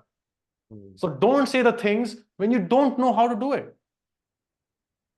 हम तो ये कहां से आ रहा है, इसका सब underlying reason क्या है? कंपैरिजन. क्योंकि हम बाद में कंटेंट देख रहे हैं, हर चीज को कंज्यूम कर, तो हमें लग रहा है क्योंकि हम वो लोग वही चीजें देख रहे हैं तो हमें लगता है सिर्फ वो ही बिकता है. ऐसा नहीं है, ऐसा नहीं होता. There's always going to be someone somewhere who needs to hear what you have to share.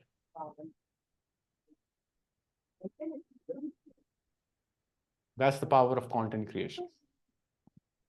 Thank you. Got a lot of insights, and obviously I will implement it definitely. All right, sounds good. So who do we have next? Umar, yeah. Hello, hi Rohan sir. Hmm. मैं कुछ अपना past experience share करना चाहता हूँ. इसलिए करना चाहता हूँ क्योंकि मैं फियर करता हूँ लाइक फ्रंट में आगे बोलने के लिए. सो इन सब चीज़ों को मैं कैसे ब्रेक कर पाया, कैसे आगे बढ़ पाया, और जो आज के सेशंस था आपने जो बताया कैसे इम्प्लीमेंट होती है मेरी लाइफ में इन लास्ट 7 days में, वो एक्सपीरियंस शेयर करना चाहता हूँ. तो क्या आप अलाउ करेंगे छोटा सा? हाँ, बताओ जल्दी से. हाँ. सो बेसिक थिंग इज, जब ये सारी जर्नी स्टार्ट हुई तो मैं बहुत डरता था अपने क्लाइंट से रिलेटेड, बहुत थिंग से रिलेटेड, कि वो मेरे से चले जाएंगे, ये हो जाएगा, वो हो जाएगा, और इतने सारे थिंग स्टफ कि लाइक मार्केट में इतना सब चल रहा है, मुझे पूरा अच्छा कैमरा लेके बनाना चाहिए, ये लेना चाहिए, कोर्स लेना चाहिए अच्छा, तब जाके मैं अपने आप को परफेक्ट कर पाऊंगा और उनको सेल कर पाऊंगा अच्छे चीजें. लेकिन जब वो चीजें होने लगी और साथ में मैंने हर चीज कर भी लिया, फिर भी मैंने रियलाइज किया एट द एंड आके इन 7 days से पहले कि यार सब एक तरह से गिमिक है, क्योंकि वो फियर हटा ही नहीं किसी के आगे बोलने का.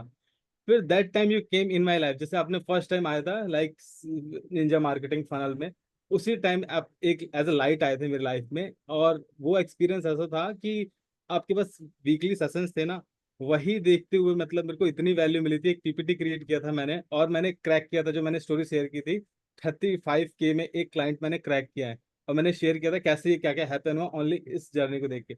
सेम वो चीज आगे बढ़ता रहा बढ़ता रहा बढ़ता रहा, और एक ऐसा स्टेज आया कि मैंने लेगेसी ज्वाइन किया था, और स्टेज ऐसा आया कि सब कुछ हो गया था मेरे पास. लाइक एजेंसी थी, agency in the sense freelancing, मैंने जॉब छोड़ दिया, मैंने हर चीज कर दिया, अपने बलबूते पे लेके खड़ा हो गया. अब मेरे को फिर फियर होने लग गया, यार क्लाइंट्स तो आ गए, रिजल्ट्स कैसे आएगा, इनको रिजल्ट कैसे देना पड़ेगा. देन मैंने कोशिश की यार अब अच्छा कोर्स लेना चाहिए जहाँ पे मैं सीख पाऊँ इन चीजों को, वो भी ले लिया.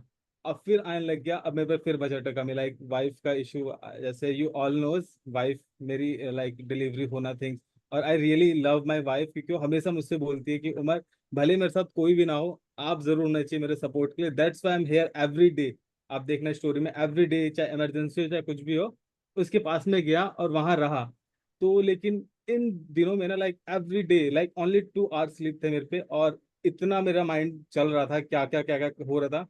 तब मैंने चीजों को रियलाइज करना स्टार्ट किया, जब आप पे रियल बीतती है ना, जब आप रात भर जागते हो, आप थिंक्स करते हो, बहुत सारे थिंग, कोई सपोर्ट नहीं हो रहा, कोई चीजें नहीं हो रही, तो मैंने रियलाइज किया हमें अपने आप पे ही वर्क करना पड़ता है. जो आपने लाइक सारी क्लासेस में बताया था ना स्टोरी में थिंग्स में, वो मुझे 2-2 साल की पहले वाली चीजें अब रियलाइज होने लगी कि हाँ ये ऐसे वर्क करेगा. यूनिवर्स लव स्पीड मैंने एक डाला था कि मेरी कोई हेल्प करने आ ही नहीं रहा था, कि मैं एक स्कूटी मंगा रहा था कि मेरे पास ले आओ कि मैं घर जा सकूं, कोई आ ही नहीं रहा.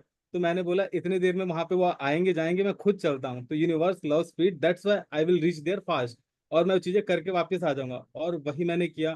फिर धीरे धीरे एक्सपीरियंस की बड़े लोग कैसे मेरे साथ हेल्प करते हैं, वो क्यों इतने फास्ट है, जो करोड़ों रुपए कमा रहे हैं, वो नहीं सोचेंगे कि 1 मिनट का पेन नहीं, मैं इसको बोलू लाएगा तब वो आएगा.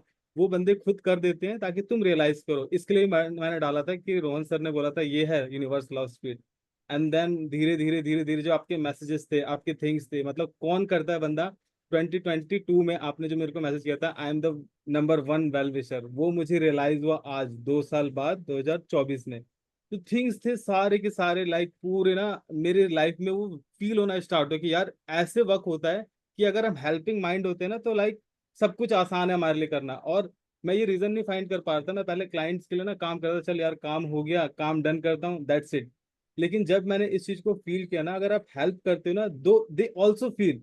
मैंने सभी क्लाइंट से हेल्प मांगी, देखो मेरा बेबी हो रहा है, आप मेरी हेल्प करो, कुछ डॉक्टर्स वगैरह कुछ भी है, क्योंकि सारे डॉक्टर्स थे, कुछ भी है मुझे नंबर रिलेट करो, और सभी ने हेल्प की, मतलब जो उनके पॉसिबल था। लाइक 7 डे का कौन वीक दे सकता है, सारे क्लाइंट ने मेरे को बोल दिया उमर ठीक है, आप 7 डे आराम से रेस्ट करो, कुछ मत फेयर करो, आपका बेबी विल सब कुछ ठीक होगा। और क्योंकि ना बेबी का स्टेज ऐसा था कि लाइक पहले वो आईसीयू में था, फिर देन उसको ना जॉन्डिस हो गया, बेबी का होता है लाइक एक फेज, 7 डेज के लिए वो आईसीयू में चला गया।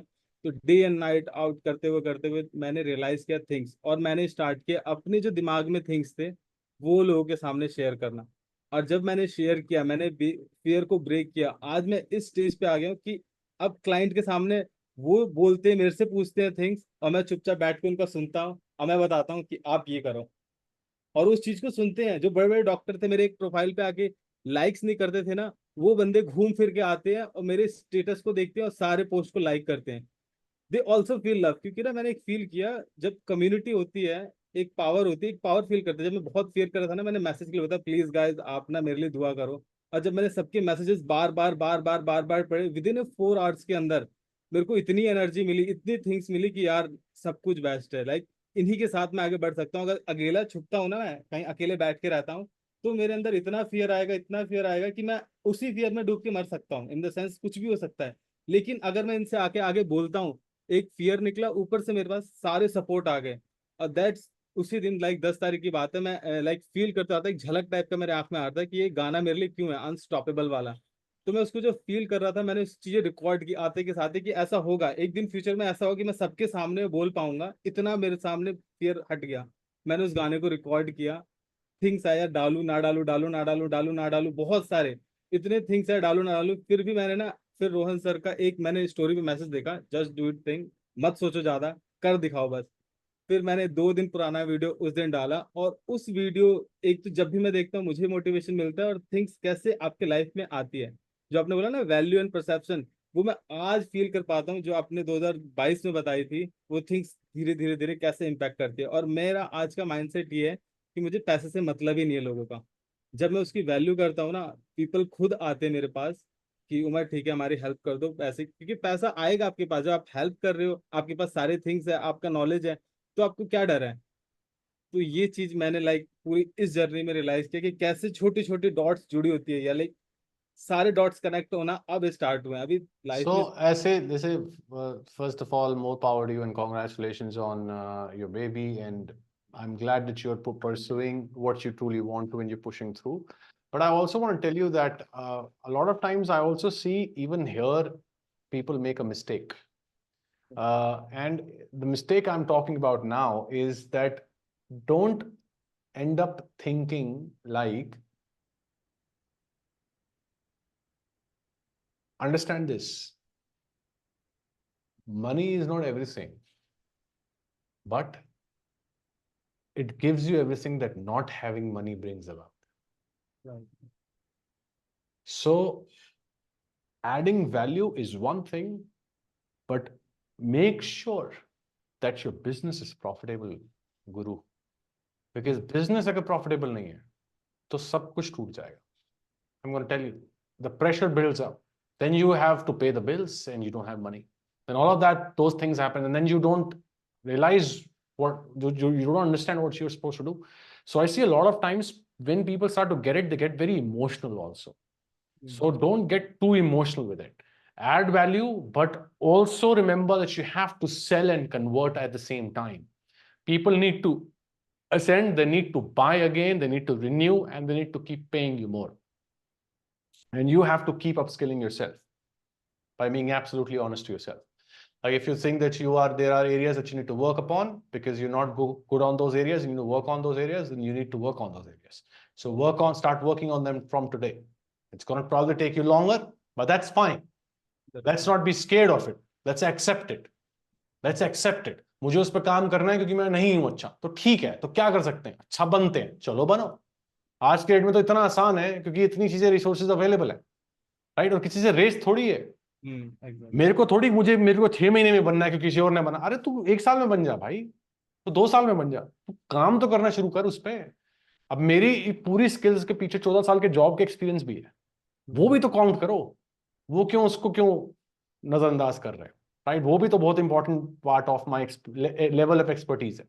Exactly. So everyone is walking on their own unique journey, and everybody is unique. Their journey is unique to them. Exactly. So just keep pushing through, and I'm glad that you are pushing through. Just don't forget that profitability is the scorecard of any business. If profitability is not there, nothing is good. Hmm. So always remember that. Thank you so much, Rohan sir. Right. And that's why I called you Rohan sir from first day. क्योंकि earn किया जाता है वो चीज, और मैंने देखा है आपने वो चीजें अर्न की है, मेरी रिस्पेक्ट अर्न किया आपने. अरे थैंक यू. मेरे को सर नहीं बोलोगे तो भी सही है. नहीं. ऐसा कुछ नहीं है. नहीं है. वो आप अपनी मर्जी से अपनी इच्छा से बुलाते हो, मुझे कोई फर्क नहीं होता उससे पता. Thank you. चलो, thank you. Alright, yes Nagur, what's up? Hi, Rohan. Hi, yes. Actually, I forgot my question after woman talking. So, okay. So, thank you so much for this valuable session. Really, Welcome. really valuable. And I have gone to the Mass Desire video, and the one line I will always want to remember: the one who knows what to look for when doing market research is the one who will never run out of desire to serve. So, बहुत अच्छा line था. Note down किया, पढ़ रहा हूँ. It's not the secret of way to look for these match desires. It's a secret of what to look for. Where तो तुमने बताया कि YouTube video titles, comments on ads, social media, competitors ads है, Reddit, Amazon reviews. But what to look for, तो जो market को समझने के लिए उनकी जो डिजायर्स है, पेन पॉइंट्स है, फ्रस्ट्रेशंस है, उनकी जो आउटकम्स है, तो हम इसको थोड़ा और भी डिटेल में तुम एक्सप्लेन कर सकते हो नेक्स्ट सेशंस वगैरह वगैरह. Yes. So I want to explain that, and I will do it, but I just just did not want to tell you how to do it. I wanted to show you. So my whole idea is that I will actually do it for other products, and that's what I can show you. Like for example, for Pradeep, how did I do it? Because we did all of this for all of our people, because that's just the framework we follow. That's an SOP. We follow that. So how did I do it? So I want to show you while doing it. So you give me any product, and I'll show you how to do that research. Any product. So I'll show you exactly how, like the environment I create when I do the product, the research. Because when you do the research, right, you have to be in an extremely focused state of mind. Because if you're not focused, if you have a million things going in your mind and you're doing your market research, you're never going to be able to do the research correctly. Because you will miss out on those, looking at those things that you should be looking at. Because it's very important for you to have zero distractions when doing your market research. So I create an environment literally. Like I set the mood. I have a perfume always right next to me. I smell good. Like I do all of that.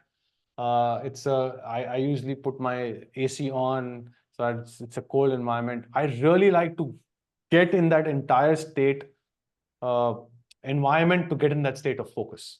And that happens as a combination of using the perfume, the environment, the lighting. I want sunlight to come in. A day of what time of the day I'm doing the research. I don't do research, the full focus state research any day of any time of the day. I do it initially in the first half only, like mostly. So I will cover that. What exactly do you observe? And what I've mentioned there, the kind of, you can say, quote that I've shared is I truly mean it. Because if you really know what to look for when you do the market research, you will never die out of desires to serve. It's the actual truth, because it's such a significant superpower. I can't tell you. You will feel like you can sell anything. I'm like, really, it's Even I feel like, okay, there is a bunch of opportunity for me, not just one time, every time. So if I read this line, so this is an opportunity, like an evergreen opportunity for me. It is. And the bigger the desires we serve to, the more we can grow. It is just that, it's very different from the angle of how people usually look at, like, people look at only the businesses, or people are looking at building businesses with from the angle of niches and micro niches. And how I look at it, or how I like to look at it, is not micro niches. I look at them as desires and mass desires. That's how I look at it. Because ultimately, every business is solving a problem. It's adding value and it's making people go from where they are to where they want to be. Ultimately, that's just how businesses are. So basically, every business and every product serves a desire. Every product serves a desire. We just need to know what desires we want to bridge them to, so that we can make them come from not knowing us to buying from us. That's the role of advertising. So we Yes. will talk about it. In about a week or so, we are launching our offer. So very soon you will start getting that part of videos also. I look forward to. And one more thing. So how do you deal with this word, just like Hemant said, comparison? And another thing is it good for us to set a time frame for the goal? Like, okay, I want to hit this goal in this time frame. So how good is it? See, so I'll answer the goal question first. So the only time when we get this question is there could be two times. The two reasons why we get this question, that should I even set a goal in a time period wise. One reason why something like that would happen is when our logical side of the brain doesn't accept this to be even possible. Like we set such a big goal that we feel that it's not possible because we've never done it, right? So then you will not believe it because you've not done it. And when you've not done it, you won't believe it. So which means your logical side of the brain is not going to believe it. And that's why you will fight it and you will not set it. You will not set the goal, right? One time is that. Second reason why something like this happens is when you think this is doable, but somewhere deep inside you feel that you're not good enough, that you can do it. So you have lack of confidence, right? Self-belief. That's when that happens. In either of the cases, always remember, if you don't know where you're going, you will reach nowhere. So setting a goal is extremely important, definitely. And it's all about setting a goal. If it sounds too unrealistic to you, then make it a little realistic. Set a realistic goal. So for me, in 4 months, say 20 lakhs is not a big thing because I've done it in a month's time. Like I've done it on a monthly basis. So when I can do it in 30 days time period, I can do it in 100 days, 100%, right? Even if I have to create something. So that's why even though it is scary that I'm talking about it publicly, but still I'm confident that I can do it. Like I have that thing that I know what it takes basically because I've done it. So I know all that I have to do is just work hard. Because ultimately everything boils down to this thing. I just have to work hard. I just have to work harder. I have to be very honest to my work. I have to work with full integrity, and I know I will get there. I think it's all that. So that's why I'm able to set such a kind of a goal. But if you're not able to think of not able to accept that to be a realistic goal, then set a goal that you feel is realistic for you, but definitely set a goal. And always have a main goal, but then always set those small micro milestones like for yourself so that you can keep moving forward. Otherwise, you will always keep falling back. Okay. So yeah. Thank you, Rohan. So those are the questions that I want to ask, but I look forward to getting your kind of psychology of understanding the market. So I just want to grasp your knowledge. You also asked me something else as well apart from goals, right? What was it? Comparison thing. Comparison, yeah. Here's the hack. Not just in this business world, but in general terms, like business, in real life also. So how do we beat those psychological triggers? There is something that creates it,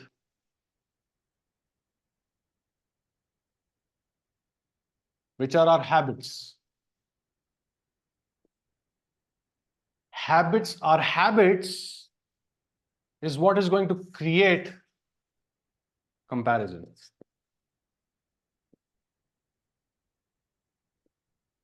Our habits creates comparison. Whatever our habits are. Habits like mindlessly consuming content, social media. So social media, mobile phones, everything else, all the marketing material you're consuming from everywhere else. All of this is adding to your this thing. Why do you think I told you the one part of it is we need to change this? Because That's what's creating the feeling of comparison. The habits. And these are all our habits. Right? You already know what you're supposed to do. So this is not going to help you anymore because you know enough. All that you have to do is do it. So you have to get out of it now. You're not a beginner anymore. You know enough. So that's the one part of it. What creates that comparison, feeling of comparison? Those are our habits. So the first thing to get out of comparison mode is to get rid of these habits. So remove social media from your phones. Get off them. Don't go on social media unnecessarily. Remove YouTube. I don't have YouTube on my phone. On my laptop, I have YouTube Premium. Plus, I have Newsfeed Eradicator. I hardly consume content. I'm not kidding. I hardly do it. I hardly do it. And because of that, whenever now I do it, when I do it, what I understand from the content is a lot different than what you will understand from the same piece of content. Because I'm so out of it. So when I'm so out of it, I'm actually busy playing the game because you know where the magic is? The magic is in the battlefield. When you're not playing the game, you are not even in the magic. You're away from it. Because the magic is in playing the game. The magic is not in consuming content. The magic is not in learning. The magic is in playing. Knowledge is not power. Knowledge is potential power. Execution is the real power. So get rid of these habits. And I'm telling you, whether you trust me or you don't, whether you do this or you don't, the day you will do it is the only time when you will start to grow. So ultimately, you will come to this reality, what I'm telling you. Today or tomorrow or after 5 years. That's your own journey whenever you decide. I'm not here to push you, but I'm here to tell you what you're supposed to do. So that's the first thing. What creates habits to get rid of comparison, you ask me? So remove the habits that creates comparison. Second thing is something that so this is creation. Second thing is association.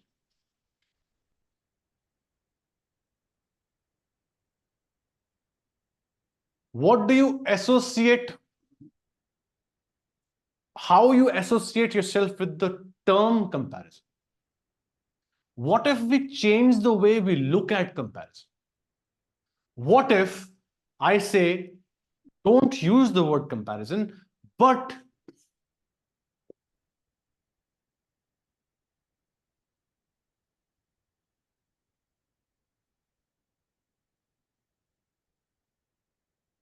call it your reference point. Instead of feeling bad about seeing what the other person has and we don't, it could be skills or materialistic things. It could be, and most of the times it is skills. You may feel it is materialistic things, but it's never materialistic things. Never. It is all about the skills. You just know that that person is damn good. And you feel that you're not. But guess what? That person was also not as good as you see that person today. Because behind every overnight success are a million sleepless nights, are a million failed shots that nobody sees. Nobody talks about those things, right? Tomorrow I'll speak on stage and probably I'm going to get a standing ovation. I'm going to motivate people. People will feel inspired. But whenever that day comes, remember that it took me years to reach there. It didn't happen overnight. I was not good enough. I became good enough. I was not good enough. And the only way to understand that is by changing the way you associate yourself with these things. What if comparison is not even a comparison? What if it's a reference point? What if it is your universe guiding you? What if you just change your perspective and start looking at comparison as something which is not even a comparison? What if it's a reference point? What if universe is telling you, hey, you were thinking how to be that? Look at that person.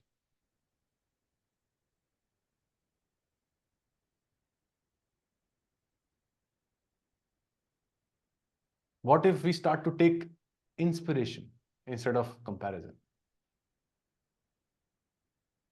What if we start to see beyond the skills that person has?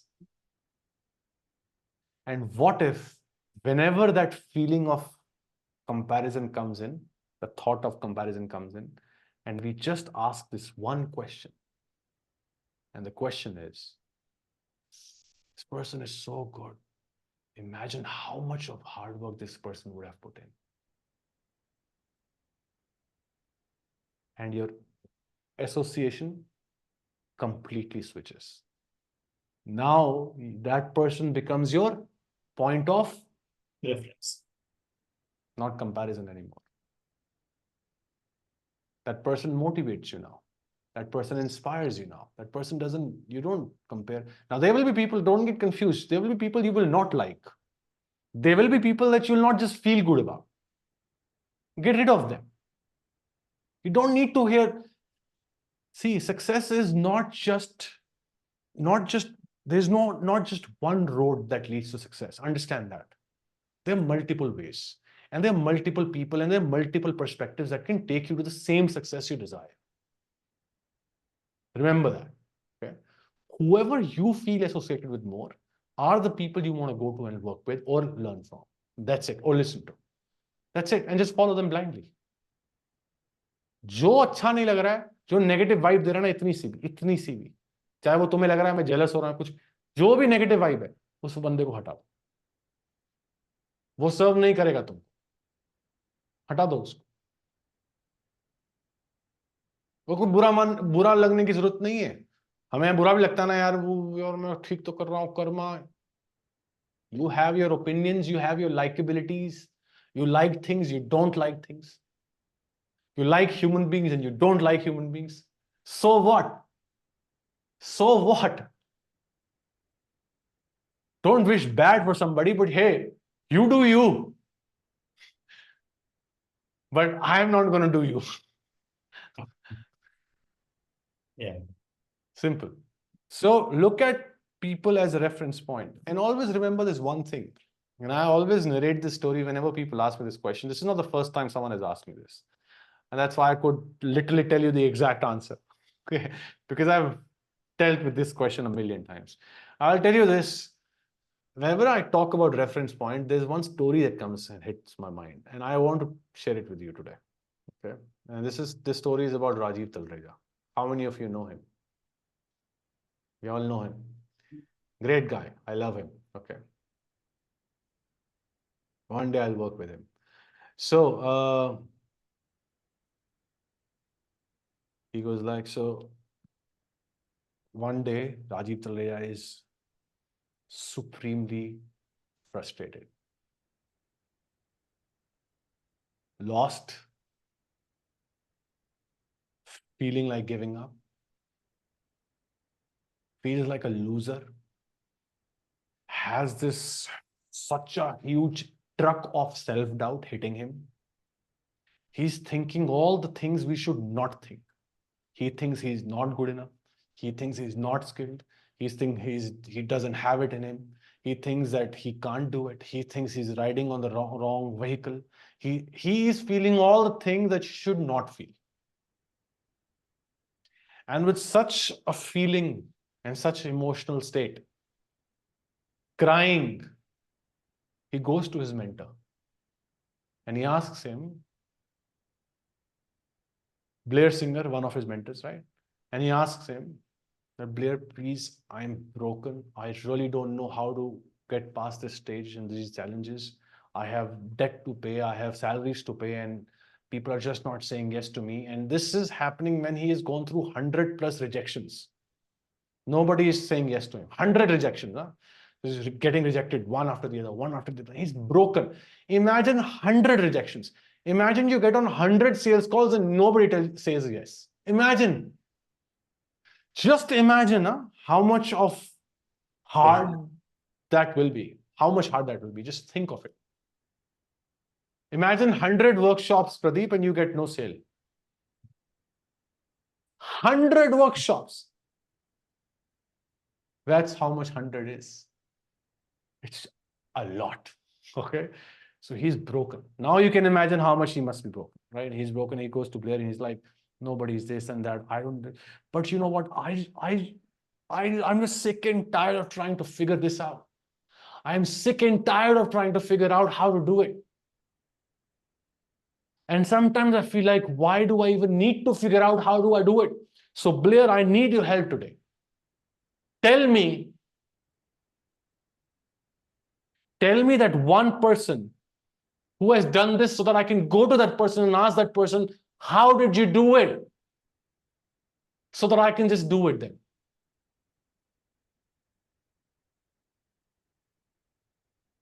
And Blair says, I would love to.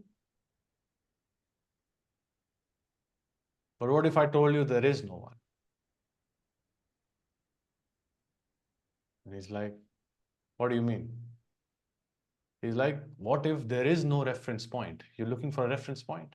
Yes, exactly. I'm looking for a reference point. What if there is no reference point? What if you are that reference point? What if you are the person who's supposed to write this story? So that if someone else who comes to me later in the future, I tell them, go to Rajiv. He did it. He knows it.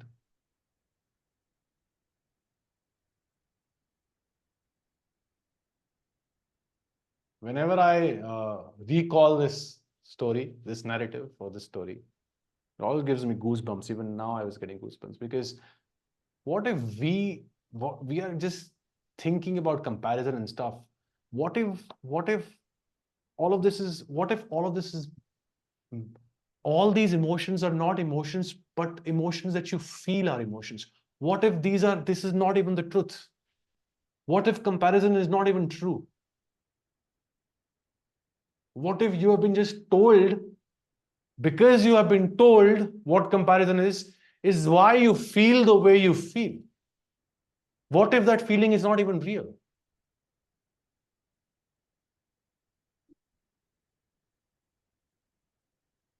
Sometimes the less you know, the better it is. Sometimes the more you know, the more problematic it becomes. Because you're so much aware about things that it now becomes a problem that you know so much. Nowadays. But the thing you said, whatever the knowledge we have, that is enough. So we don't have to acquire for more knowledge, acquire for more and more and more, rather than taking action.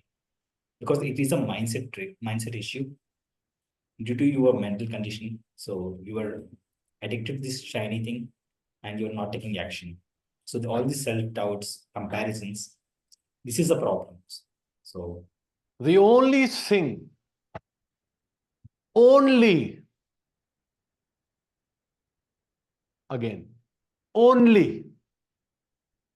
the only thing that can help you fix this is progress, is momentum. Get out of consumption mindset, get into creation mindset. When you change that zone, you will change everything about yourself. You think you are not good enough because guess what? You have not tested how good you are yet. I thought I was never good enough. I never thought the ads that I've written that I could ever write such kind of thing. Every time when a difficult client came to me, I looked at that client as an opportunity to prove myself and gather some undeniable proof of how good I am. Every time I thought of how difficult this is going to be, I took it up because I was like, okay, show me. Let me see. Well, I'm always testing my own self. I'm the one who's competing with myself. Because one thing I know is nobody likes to lose. So you don't like to lose, neither do I. which means if you put yourself in the situation and you don't get the results you desire, which means for the time being, you may lose, but ultimately you will not like to lose, which means as a result of it, you'll only do two things. Either you'll quit or you'll push through. But if you do nothing, then you do nothing, then you reach nowhere. So the only thing that will help you push forward is going to be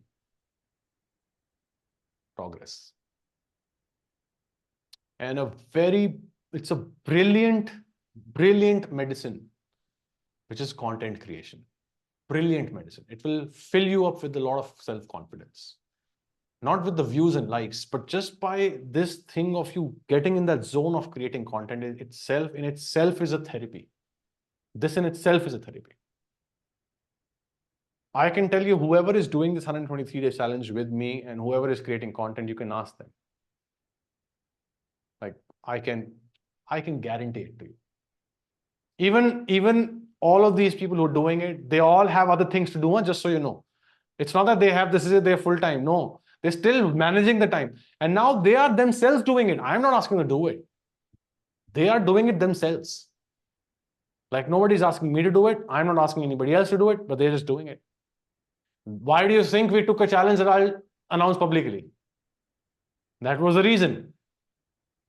Because then I keep falling back. So the answer is commit yourself, and then once you commit it, boom. Actually, I'm also making video content. So, yeah. Okay, great. So keep doing it. So don't get stuck in this mindset of comparison. It's never a comparison. It's always a reference point. That person is good enough. Don't feel bad about it, but try to learn from that person. Try to study that person. ये कैसे कर रहा है यार? तो accept कर लो. तो अगर किसी को कोई देख के तुम्हें लग रहा है वो बोलता बहुत अच्छा है, काश मैं ऐसा बोल पाता, तो उसको कॉम्प्लीमेंट कर दो यार. जाओ बोलो उसको, यार तू बहुत अच्छा बोलता है. मैं कभी भी शाय भी नहीं करता कॉम्प्लीमेंट देने से, कभी भी नहीं. और ये जो क्वालिटी है ना, ये 10 में से 1-2 के पास ही होती है. क्योंकि बुराई करना तो सब जानते हैं, अच्छाई कितने करते हैं. सोचो अगर तुमने किसी को अच्छाई कर दी तो तुम एकदम से अलग ही हो गए. इनफैक्ट मैं तो ये सब करता हूँ क्लाइंट क्लोजिंग पे भी. अच्छा. Yeah. I literally tell them if I really feel that they're good, I tell them they're very good. I literally tell them. I never shy away from giving compliments, never. Because it's so important. यार अगर आपको recognize नहीं किया जाएगा अच्छे काम का, तो आपको कैसा लगेगा? बुरा लगेगा obviously. तो अगर किसी और कोई सोचो कितना मेहनत कर रहा होगा. सोचो कोई कंटेंट क्रिएटर जिसको तुम्हें देख के कंपैरिजन हो रहा है या तुम्हें फीलिंग आ रही है कंपैरिजन वाली, तुम एक बार सोच के देखो ये बात. वो सच्चा है, झूठा है, अच्छा इंसान है, बुरा इंसान है, वो उस इंसान की प्रॉब्लम है, वो तुम्हारी प्रॉब्लम नहीं है. हम क्यों उसको जज कर रहे हैं? वो उसकी प्रॉब्लम है. बस तुम एक चीज सोचो कि सोचो वो कितनी मेहनत कर रहा हो. तुम भी कंटेंट क्रिएटर, तुम भी डिजिटल बिजनेस कर रहे हो, तुम्हें पता है ना कितनी मेहनत लगती है. जान लगती. कमिटमेंट, डेडिकेशन, सोचो, डिसिप्लिन, सोचो वो कर रहा है. इमेजिन कोई कुछ भी बोले, बहुत अंदर, बहुत बात लगती है. इंस्पिरेशन देखोगे तो इंस्पिरेशन ही ढूंढोगे तो इंस्पिरेशन ही दिखेगी. अपनी वीकनेस दूसरे में ढूंढोगे तो तुम्हें उससे जेलसी दिखेगी. ये तुम अपनी वीकनेस देख रहे हो तो तब वहां से कंपैरिजन आना शुरू हो जाता है. इसलिए हैबिट्स बहुत जरूरी चीज होती है कि इसको ब्रेक कैसे करते हो. जो क्रिएट करती है उस चीज उसको हटा दो. तो सोशल मीडिया, यूट्यूब पे कंटेंट क्रिएशन, ये सारी चीजें, और ये कंटेंट कंजम्पशन, ये सारी चीजें हटानी है हमको. ईमेल से अनसब्सक्राइब, ये सब करना पड़ेगा यार. मैंने 3 साल बाद जाकर रियलाइज किया ये. 3 साल तक मुझे बोलते रहे लोग, यही है यही है यही है. मैं सुनता रहा, वाह वाह वाह करता था, करता नहीं था. ठीक है. एंड में वो ग्रोथ तभी आई जब मैंने ये किया. So still now, so if needed, you go to competitor. if you want to check, so only in that situation you go to your competitor, watch their content or ads, only for that reason. It's a brilliant hack. You go to your competition where you actually feel comparison and you feel like he's very good or she's very good. Go to that person and compliment him on it. Try it today. Who's that one person you feel like that? Go on their latest Instagram post or YouTube video, tag that, mostly Instagram post, tag them, comment and say how good they are. I promise you, mark my words, you will have a new version of yourself today.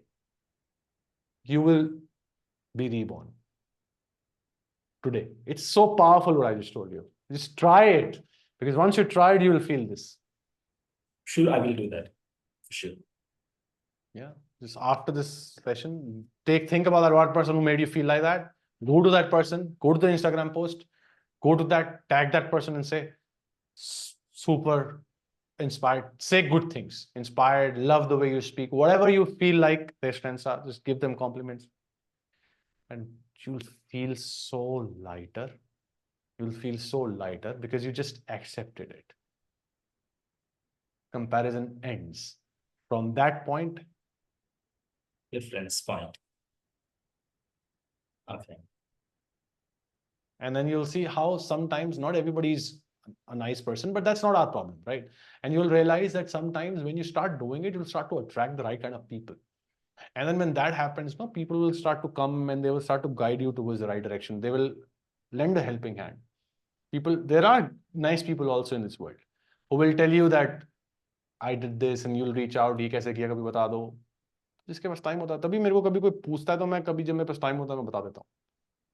Because ठीक है यार, कर सकता हूँ तो करूंगा, जिस दिन इतना बिजी हो जाऊंगा नहीं कर सकूंगा तो नहीं करूंगा, लेकिन उस दिन भी मैं अपनी टीम जरूर बनाऊंगा जो सिर्फ यही करेगी, क्योंकि किसी को हेल्प मिल रही है तो why not. So what I am saying is just have that mindset and you will be fine. Thank you. Apply what I told you. I will definitely apply them. Actually, most of the times I give compliments, but I just want to take your perception, how you deal with these things, so that we all can understand. Yeah, that's how I deal them. I deal with them. I don't compare myself with anybody anymore. It has happened with me. I've been in a... See, I'll tell you. The only time this happens is when we are underconfident, and underconfidence is basically nothing but another comfortable way of saying that we are not good enough yet. That's what being uncomfortable is. I'm uncomfortable with that because actually the reality is it's a nicer way. I'm just not good enough yet. Okay. Because if I become good enough at it, then I'm good enough at it. Yeah. Okay. Thank you, Rohan. Thank you for your perception. Thank you You're welcome. for your perspective. You're welcome. All right, guys. So I think that's pretty much about it for tonight. If you've come to the end of tonight's session, it's 9:30. Amazing session. Loved it. All right. So let's catch up next week. Yeah. From Monday, we'll start the mindset session again because I'm back. And the update on this is I have a few strategies to launch the product in our funnel, and I'll keep sharing it with you as the time comes. And we're going to start taking the shots one by one. So like one part of the strategy is I'll create organic content that talks more about the why, shows my value system, things I say, which is what I'm doing. You probably guys are seeing on Instagram. And now we'll launch an offer. We'll see how it goes. If it doesn't work well, I'll start to make changes, go to the next strategy. And basically what I'm trying to tell you is that it's nothing, but it's just about laying down your process and just start taking the steps one by one. That's just the way it is. Okay. All right. So keep in mind about Ascension and selling that the only thing that you got to do is add value.